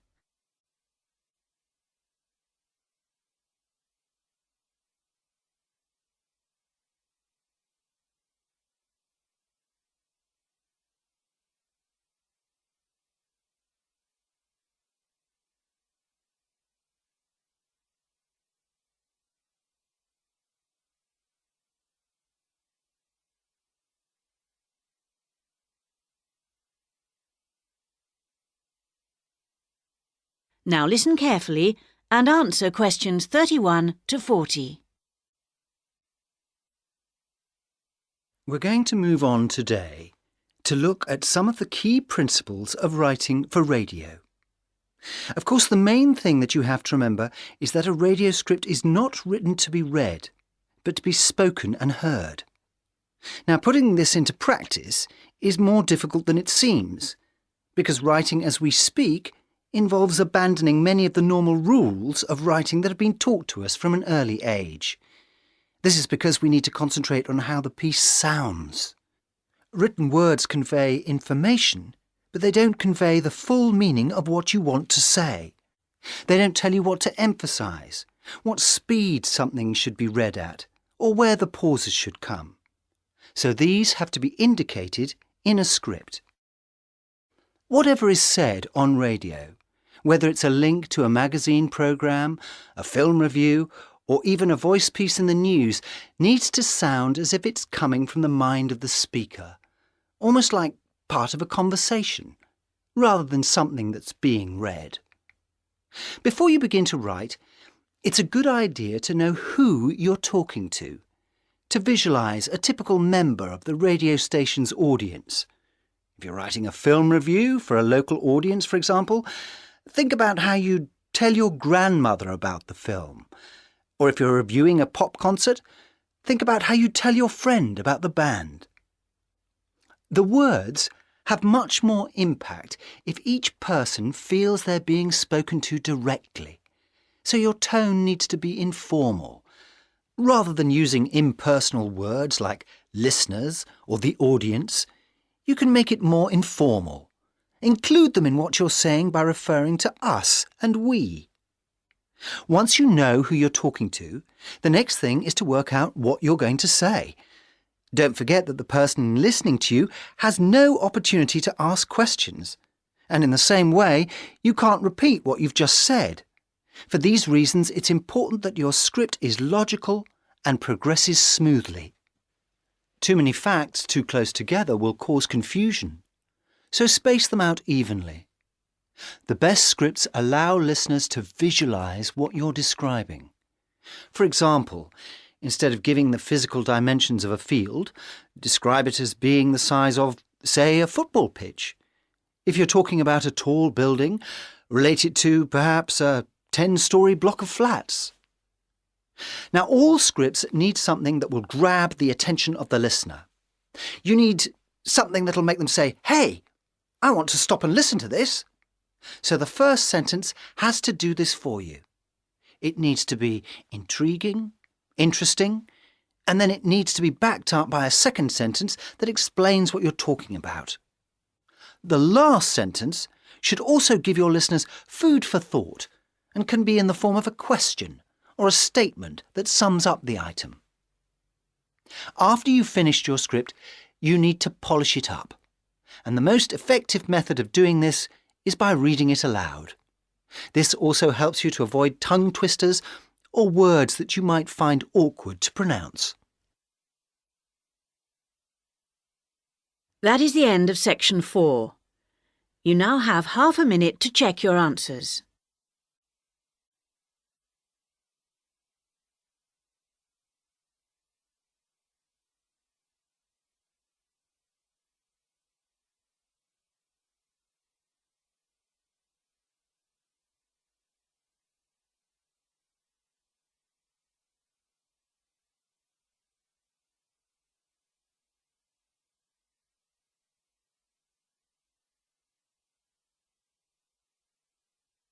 That is the end of the listening test.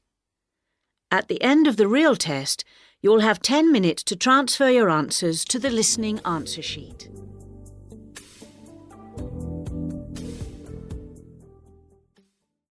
Test 5. Section 1. You will hear a new student, Stefan, talking to an assistant, Anna, at the student union about his membership. You now have 30 seconds to read questions 1 to 6.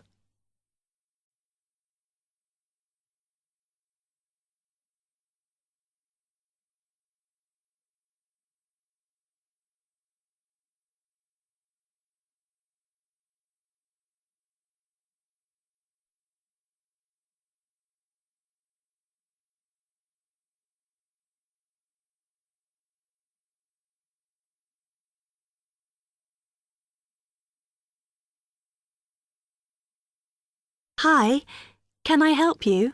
Yeah, I hope so. This is the first time I've been down to the union. I'm a new international student, and I just wondered what to do. Oh, right. Well, normally we ask international students to fill out this form and we put your details on the wall by reception. Then other students can contact you. It's a way for everybody to get to know each other. It can be a bit lonely otherwise. Oh, I see. What's your name? I'm Anna, by the way. It's Stefan Unger. OK, well, just write that there next to name and then fill in the rest. Right. What does it mean, degree programme? Oh, just if you are an undergraduate or a postgraduate. Or maybe you're just here for a short course? I'm a postgraduate. Do I need to say what in? Not really. It's too much detail. But you should put your department so people who have the same interests or problems as you can get in touch.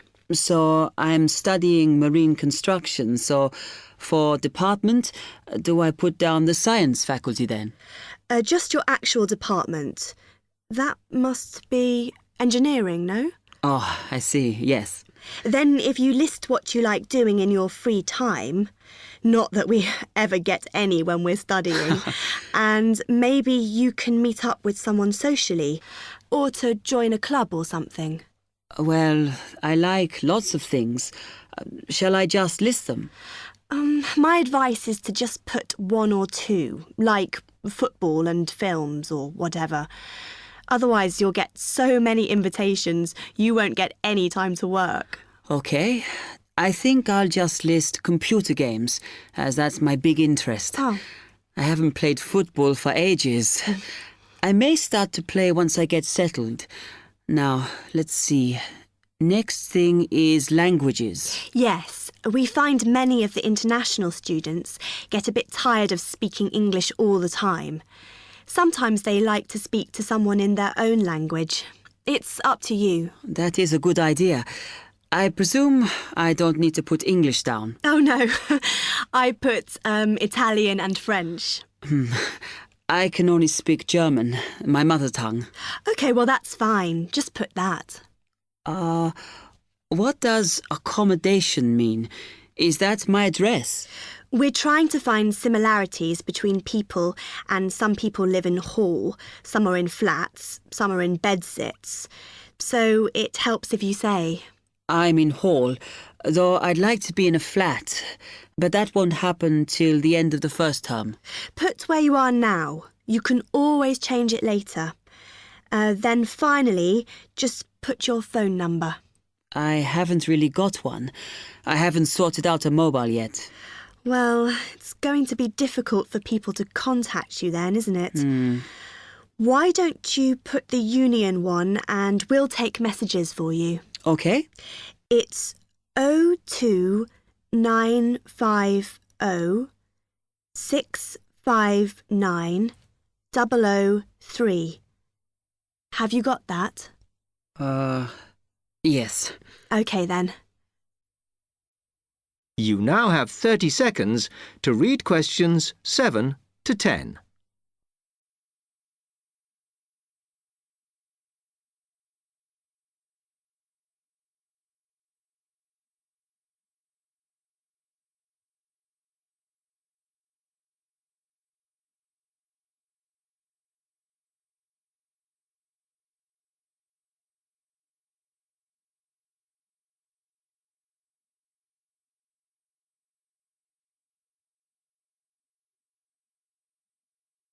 Oh, I had a couple more questions about the services you've got here. It says there's a photocopier here. Yes. You need to get a card from the shop, and then it's available to all students in the mornings. The union uses it after 1 p.m. OK. I see also the union organises loads of events. Are they always held here in the union building? It looks big enough. If you're interested in something, you should check the poster or our website. In fact, we normally use the Round Theatre, opposite the conference centre for most events, because the sound system is better. Right, I'll do that. Also, I wanted to hire a van. Can I do that through you? No. You need to present a case, really. They're not just available for hire to anyone. The president said we have to limit who is allowed to hire them. The person you need to see is the transport secretary. She's on the second floor. Okay, thanks. The other thing is, are all the discounts we get with our union card listed on the back of the card? I thought there might be more. No, that's it, I'm afraid. Mainly books, clothes and music. Though we are currently negotiating to get one on newspapers, so that should be valid from next term. Okay, thanks a lot for your help. That is the end of section 1. You will now have half a minute to check your answers.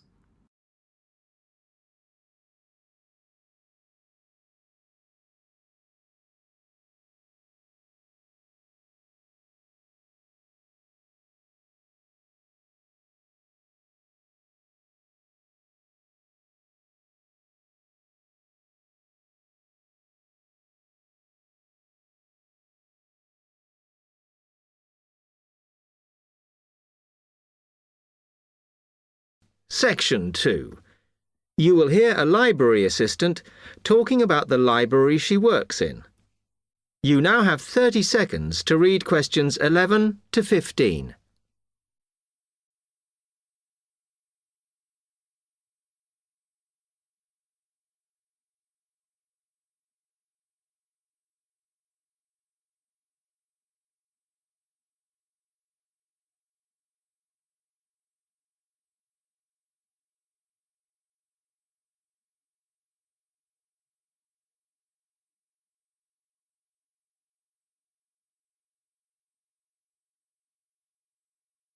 Hi, can I help you? Yes. I wanted to join the library. Okay. First of all, let me show you round the library and explain a few things for you. Okay, now we're here at the main entrance. You can see the reception, which is where you bring back and take out books. And also, we can order books and answer your questions there. Next to the reception, where you can see those old desks, is where we keep the magazines, because you can sit down and read there. They're divided into sections for sciences, geography, arts, etc. Then, at the back of the library, you can see the section for old books. Next to that is where the books proper start. That used to be the science section, but now on those shelves you'll find the art section. We had a big reorganisation in the summer, which I think has made it clearer. The numbering is standard, so you should be able to find what you want quite easily. However, if you can't find something, it probably means it's been borrowed. Okay, then in the corner next to the reference section is where we thought it was quietest and away from the phones and printers and things, so we've put the study desks there. They all have computer access if you need it for your laptop. We do ask that you don't just read magazines there, though. Okay, then there's the reference section, where you can look up the files. Then, as we come back to the main entrance, is the next section, where we used to have the languages. It got very busy and noisy, so when we moved everything round, we decided to put the law books here. Also, because it's a smaller section, it fits quite well here. Okay then, we're back at the main entrance. Over there, by reception, there's a door that goes to the extension.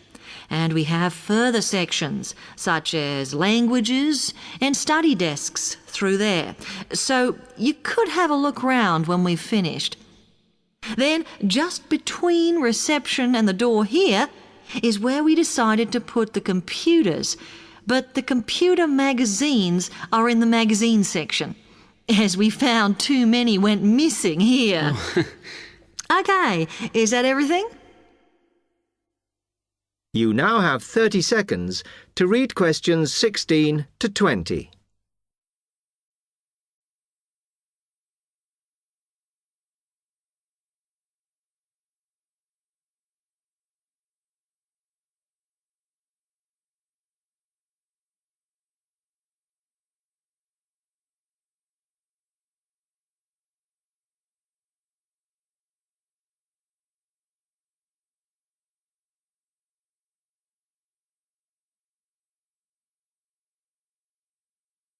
That's great, thanks.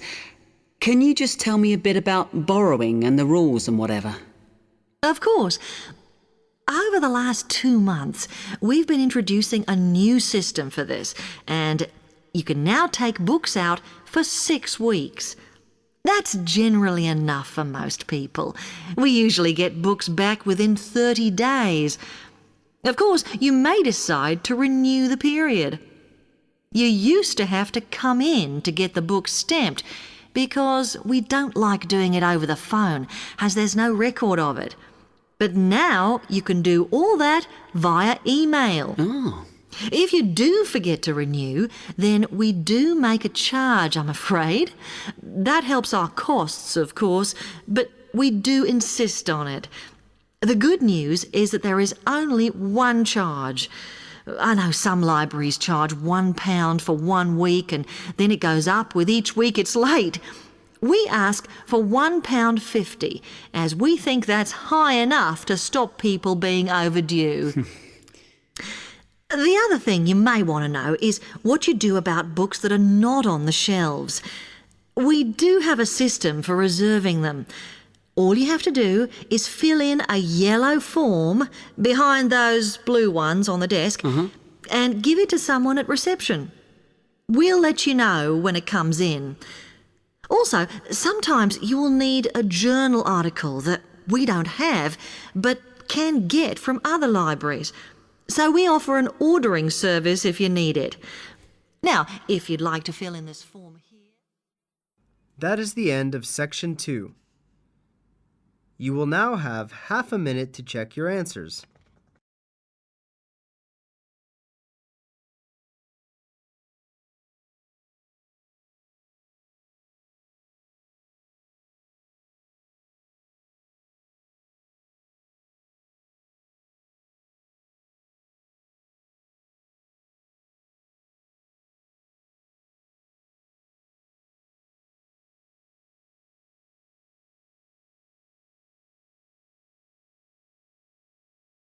Section 3.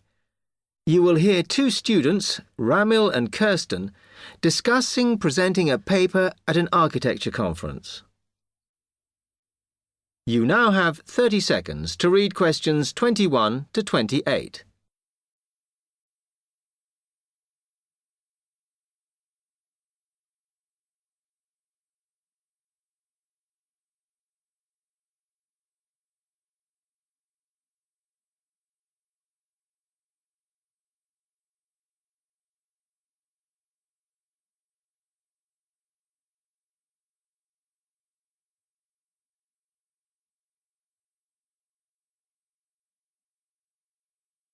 Hi, Kirsten. Have you heard about that architecture conference in Oxford at the end of the year? Yeah, I saw the leaflet on the notice board. As it's my final year, I ought to try giving a paper, but I've got no idea how to go about it. Oh, I think you should go for it. I did one last year. It's quite straightforward. First of all, you need to see what the conference themes are. You know, what topics they are covering. You can do that by looking it up on the website. You need to submit a paper that falls into one of the categories they give you. Oh, that may give me some ideas.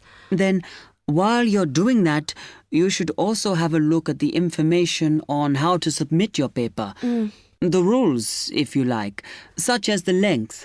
It's important you follow those. I see. And then I suppose the next stage is to start writing it up. I'd like to use it as an opportunity to propose some future work, but I understand it must be based on current work. Still, there's plenty to choose from. It makes sense to do something that I'm more familiar with. Yes, and the other thing is, when you've written it up, then go back and look at your data carefully and make certain that you've presented it in a format that is standard for your subject. Remember, people have to absorb information very quickly while they're listening. Don't make it too complicated. Okay, well, I reckon that'll take me about a month to get that sorted. Then the next thing I have to do, I guess, before I send it off to the conference organizer, is give the whole thing to the events officer. so that he can look through it and see if it all makes sense and is okay. Yeah. Remember to warn him that it's en route so he can fit it into his schedule. Oh. Then you're done, really. All you have to do after that is to go through it and sort out any changes you need to make. Then finally, you can submit it. You can do that online. Phew, good. Then I just wait to hear, I suppose. How long does that take? It depends, but usually about 6 weeks. Oh. When you hear if your paper has been accepted, then at that stage, it's worth giving them a list of any technical things you need when you actually give the talk. Mm-hmm. A screen or video players or that sort of thing. Okay, but that's a long way off. And I know that if my paper is accepted, then at that stage, I have to give them a short text about myself and my academic background so that they can put it in the brochure. Famous at last. Yeah. You now have 15 seconds to read questions 29 to 30.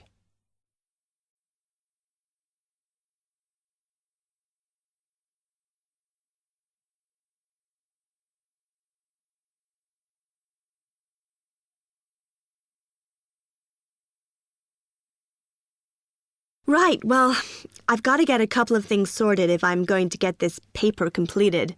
Have you got enough data? Possibly. I'd like to reinforce some of it, though, so I thought I'd send out some more questionnaires. I was looking at that thesis that Angela wrote last year, and she said you need a sample of over 100 to be sure of your results. I think some of this year's postgraduates are doing some of the same stuff as you on buildings. Why don't you talk to them? I'll end up getting confused. It would be more useful for me to actually go out to that site by the rail bridge to see how they're building the new factory. Oh. I managed to get hold of Professor Barnett at London University, and he said I should go out and take pictures. I'm pretty busy, but I'll have to make time. Anyway, what about you? What are your plans? That is the end of section 3. You will now have half a minute to check your answers.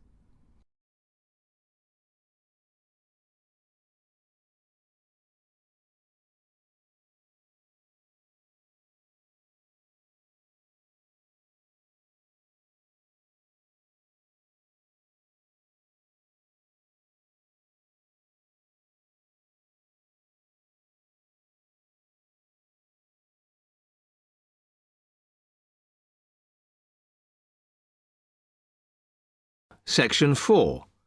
You will hear part of a lecture on the current and future use of mobile phones. You now have 30 seconds to read questions 31 to 35.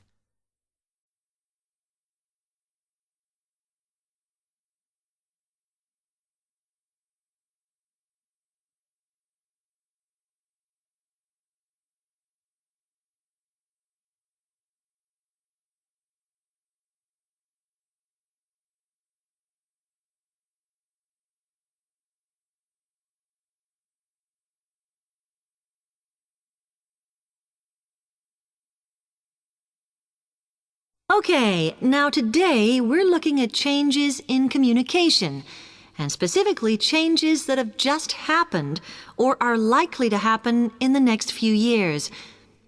Key to this is the mobile phone, which is increasingly being seen as an all-purpose system rather than just a phone. If you only use your phone for texting and making calls now, you will be amazed at how you'll be using it in the future. The technology has been developed for a range of other uses. For example, phones could be used so that if you are meeting someone and they get lost, you could send them a map of your location to help them. This will save all those complicated explanations over the phone and our poor friends or colleagues trying to drive and find out where they are at the same time. And if you get bored waiting, or if you're traveling, for example, you will soon be able to see TV news on your phone as it is actually being broadcast. This means that you won't have to miss any of your favorites if you were away for a few days. Most people have got used to texting now, and young people send pictures to each other. But what is exciting is the possibility of putting music with them before you send them. And it's not all frivolous. Phones are going to become even more critical in business and education. Some recent developments have a highly practical usage. So, for example, as lecturers, we will be able to send everybody a text to let them know if lectures have been cancelled. And the new phones could have a further use in education, as well as business, as they will enable us to go to any destination, such as when we are doing a field trip, for instance, and from there to send data directly to a computer so that we can access it when we get home. This means we will no longer be limited by what the phone can store. You now have 30 seconds to read questions 36 to 40.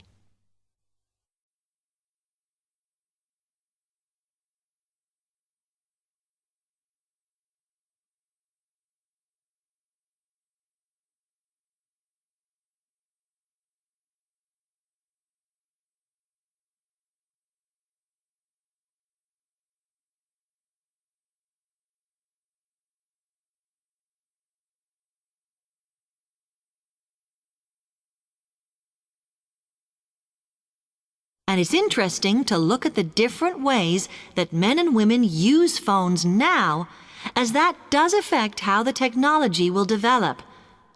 Some research has been done on how people use phones, and some of the results are surprising. One of the increasing usages of mobile phones is to get all sorts of data, such as phone numbers, the weather, train times, etc. And while there's been an attempt to set up connections with things that women might be interested in accessing, it is overwhelmingly men who do this. But what about the traditional use of a phone? To speak to people? I suppose we would predict that it is mainly women who use phones as a method of contact for friends and family, but, in fact, the genders exploit this facility equally. I've spoken about the increased business usages that phones will offer, and I suppose we would associate this usage with men. The survey picked up, though, that women are often working from home or catching up with work in the evenings, so they use phones in this way as much as men do. Most of us are aware we can store photos on our phones. It's an ideal method of capturing a moment wherever you are. Women tend to be the group that keep photos on their phones, but it seems that men use their phones to actually take pictures much more than women do. And of course, all this knowledge affects the marketing that the companies will do in order to sell the phone. That is the end of section 4. You will now have half a minute to check your answers.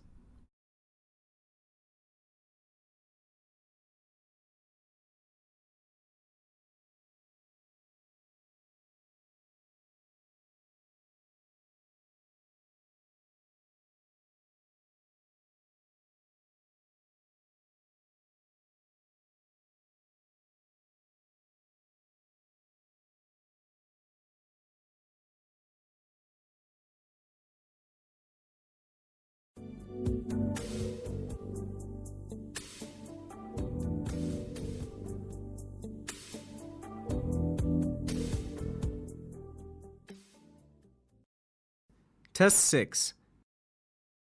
You will hear a number of different recordings, and you have to answer questions on what you hear.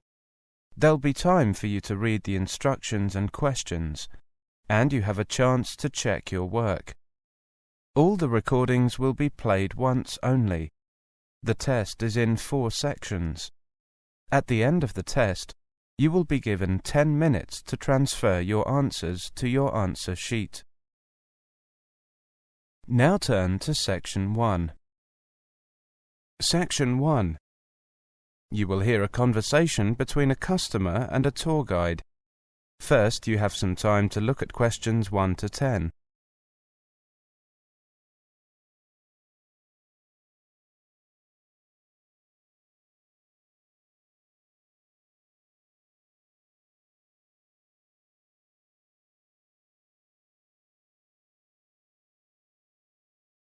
Now listen carefully and answer questions 1 to 10. Good morning. I've heard that you offer walking tours of the city. Yes, we do. We have 4 walks. Did you have any particular one in mind? Not really. Actually, I don't know anything about your tours. Could you... Of course. Here's our leaflet. Let me take you through it. Our main walk is a comprehensive one of the city centre, lasting a whole afternoon. It is quite long, but takes you to all the main sites and a few lesser-known ones. As you can see, we take in the castle, the cathedral, the historic houses along the riverside, and the city gate. Halfway through, we stop at the oldest pub in the city, the Cat and Dog, for refreshments. That looks very interesting. I see you have a walk that just takes in the castle. Yes, it spends more time examining the castle and its history. The first tour I mentioned visits the castle briefly, but this one includes visits to all the exhibits there and a longer walk along the castle wall. I heard something about... yes, there it is, the ghost walk in the evening. Ah, yes. This is a very popular tour. You'll need to book ahead for this one. The tour starts here at 8 p.m. every evening except Mondays and finishes here at about 2 hours later. Which places are visited on the walk? Well, again, we take people to the castle and to the cathedral, but we don't go inside. At the cathedral, we see a few tombs and tell people some pretty grisly stories. Is the walk suitable for children? Not really. Actually, all 4 of our walks are really for adults, or at least older children. And the 4th walk is... Well, it follows the life and times of Robert Jones, the famous Victorian writer who was born here and lived here most of his life. We take people to see where he was born, educated and lived. This tour is popular with people interested in Victorian architecture, as much as with people interested in literature. I see. Now, prices. They're not listed here in the brochure. Prices depend on the season and the number of people you make a booking for. We'd be interested in taking a tour sometime next week, midweek, and we are a small group of 6 people. OK, there's a small discount for groups of 5 to 10 people. The full price for the City Sights tour is £10 per person. The castle tour is £7. The Ghost Walk is also £7 and the Robert Jones Walk is £8. The discount is 5% off the total fee. Thank you. And what time do the tours start? You said the Ghost Walk starts at 8 p.m? Yes, the City Sights one starts at 1 p.m. and finishes at 6 p.m. The Castle Tour starts at 9 a.m. and finishes at midday. The Robert Jones Walk starts at 2 p.m. and finishes at 5 p.m. The Ghost Walk is not on Mondays. How about the other walks? The same. Our office is open on Mondays for booking walks, but there are no tours that day. I see. Thank you very much. I see you have a website. Yes, www.walknewtown.com. Walk New Town is written as one word. It has up-to-date information, and you can also see the exact routes we take and the timings. Sorry? The timings. How long we spend at each location. Oh, I see. Thank you. That is the end of section 1. You now have half a minute to check your answers.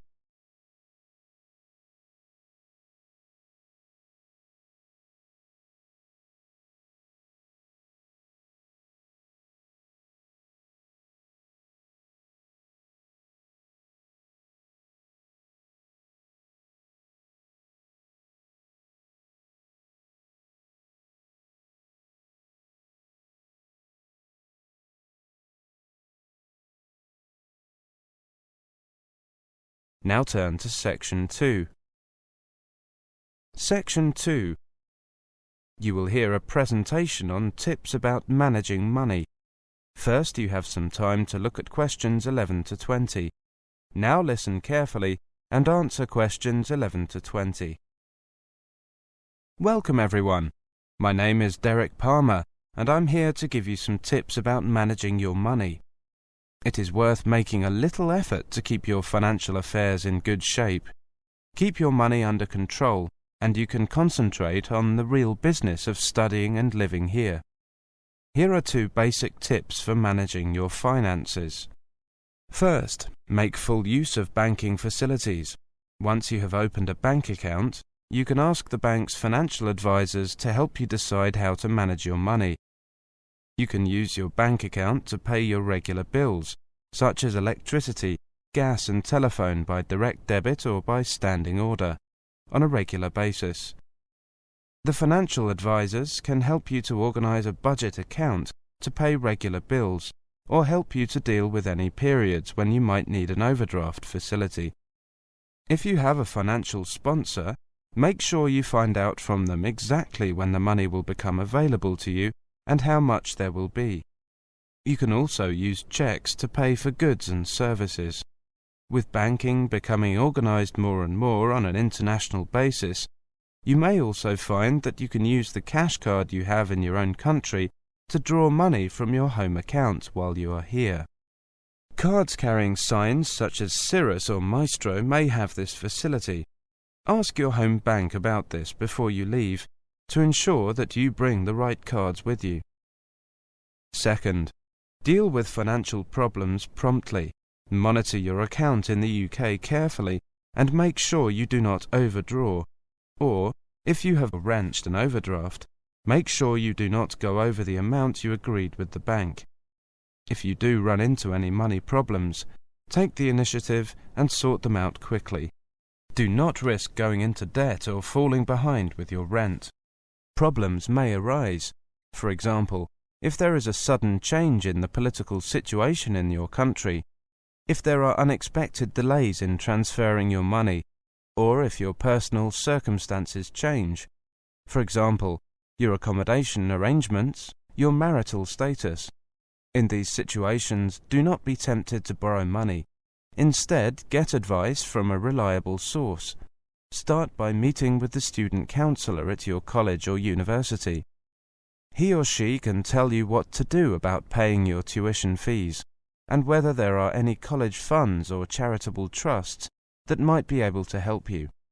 If you are building up debts on credit cards or rent arrears, debt counselling may be available at your institution. If the problems are caused by political situations or changes in foreign exchange, ask your embassy for advice. Let's turn to insurance. During your stay, there are 3 types of insurance that you might need. The first is personal property insurance, to cover your possessions against damage or theft. If possible, try to arrange this in your own country before you come to the UK. The second is medical insurance, to cover your medical bills. You may prefer to arrange this in advance. The third is motor insurance. You must have this if you want to drive a car or ride a motorcycle here. For each type, there are many different insurance policies available, so look around until you find one that meets your needs, including your budget. You will find a range of insurance companies listed in your local telephone directory, and your bank or building society may also be able to offer you an insurance policy. Many insurance companies have special policies for students. Ask the welfare advisor at your college or university for advice. Make sure that you understand all the conditions before you agree to a policy. When you are considering a particular policy, ask yourself some questions. What will be paid out to me when I make a claim? Some personal property insurance policies, for example, only pay you the second-hand value of your lost possessions. New for old policies will pay you the full cost of replacing the item, but they tend to be more expensive. Are there any conditions attached to the policy? Some medical insurance policies will not cover you for pre-existing medical conditions. That is, conditions you already have when you take out the policy. Some personal property policies may not cover your possessions if they are taken away from the place where they are normally kept. For example, if you take your CD player to a friend's house, are there any exceptions to the policy? For example, a medical insurance policy may not cover you if you play a dangerous sport. Now let's look at... That is the end of section 2. You now have half a minute to check your answers.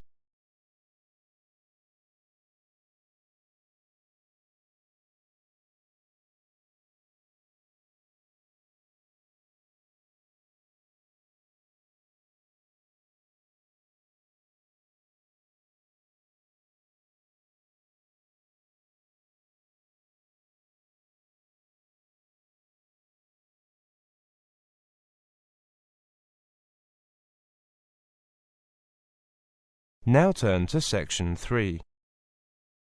Section 3. You will hear a conversation between the professor, Sandra and Mike. First, you have some time to look at questions 21 to 30.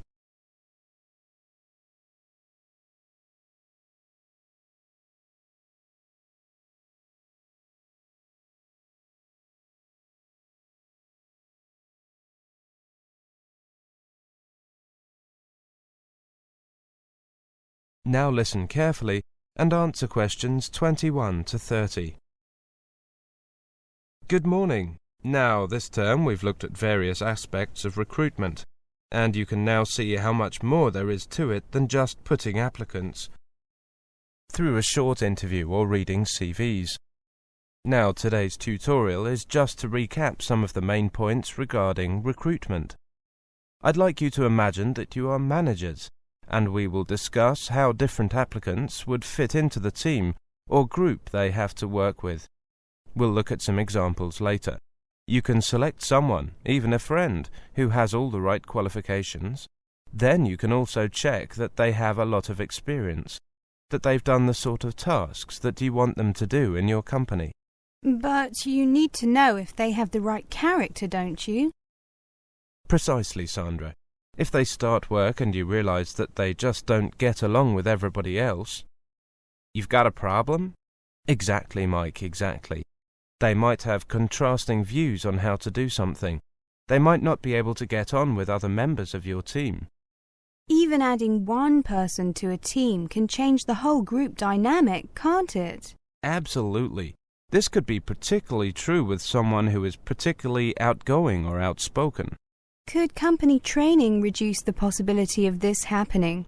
Possibly, but company training tends to show new people how you do something at a particular company, rather than changing a person's character to suit your company. There's also the question of ability. Particularly in a team situation, people have to believe in each other's ability to do the tasks the boss has given. They have to trust that everyone will do their part of the job. Right, but trying to find out what someone's personality is in a job interview is it possible? I mean, you won't find out what they're really like until they actually start work. Well, is there any value in asking candidates questions about their hobbies, for example? I doubt it. What could that tell you? I don't know.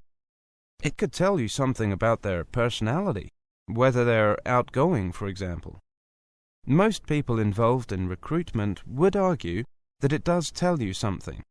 More and more employers around the world are making use of personality questionnaires to help them select new staff. Yes, you mentioned those in the last lecture. Do they work? Well, most employers use them, but there is concern that they do not reveal the applicant's true personality. Yeah, some people might just write the answers that they think the employer wants. That's true. Very often, employers can weed out the applicants who do that by asking more detailed questions during the interview. The fact that they have been used for so long and that they are so widely used makes me think that there must be something in them. Well, I'm not so sure. Just because they're used a lot that doesn't automatically mean that they are useful or worthwhile. True, but these tests have been created by experts, and they believe that the answers can provide indicators as to roughly the type of person that the applicant is. How about the idea of setting problems for applicants and seeing how they approach them?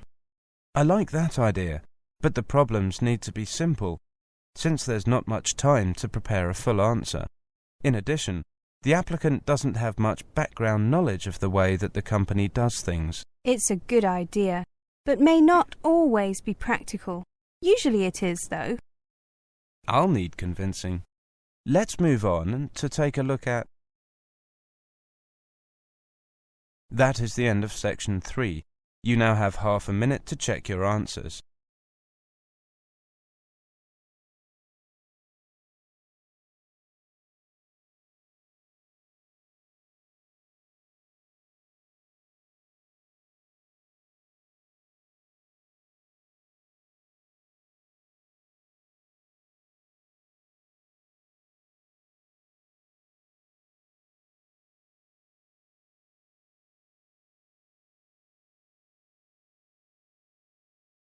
Now turn to section 4.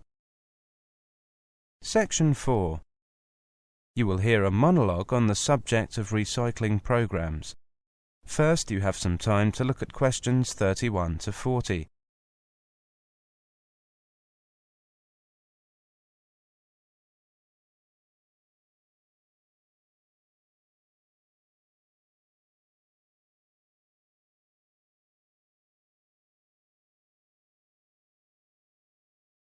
Now listen carefully and answer questions 31 to 40.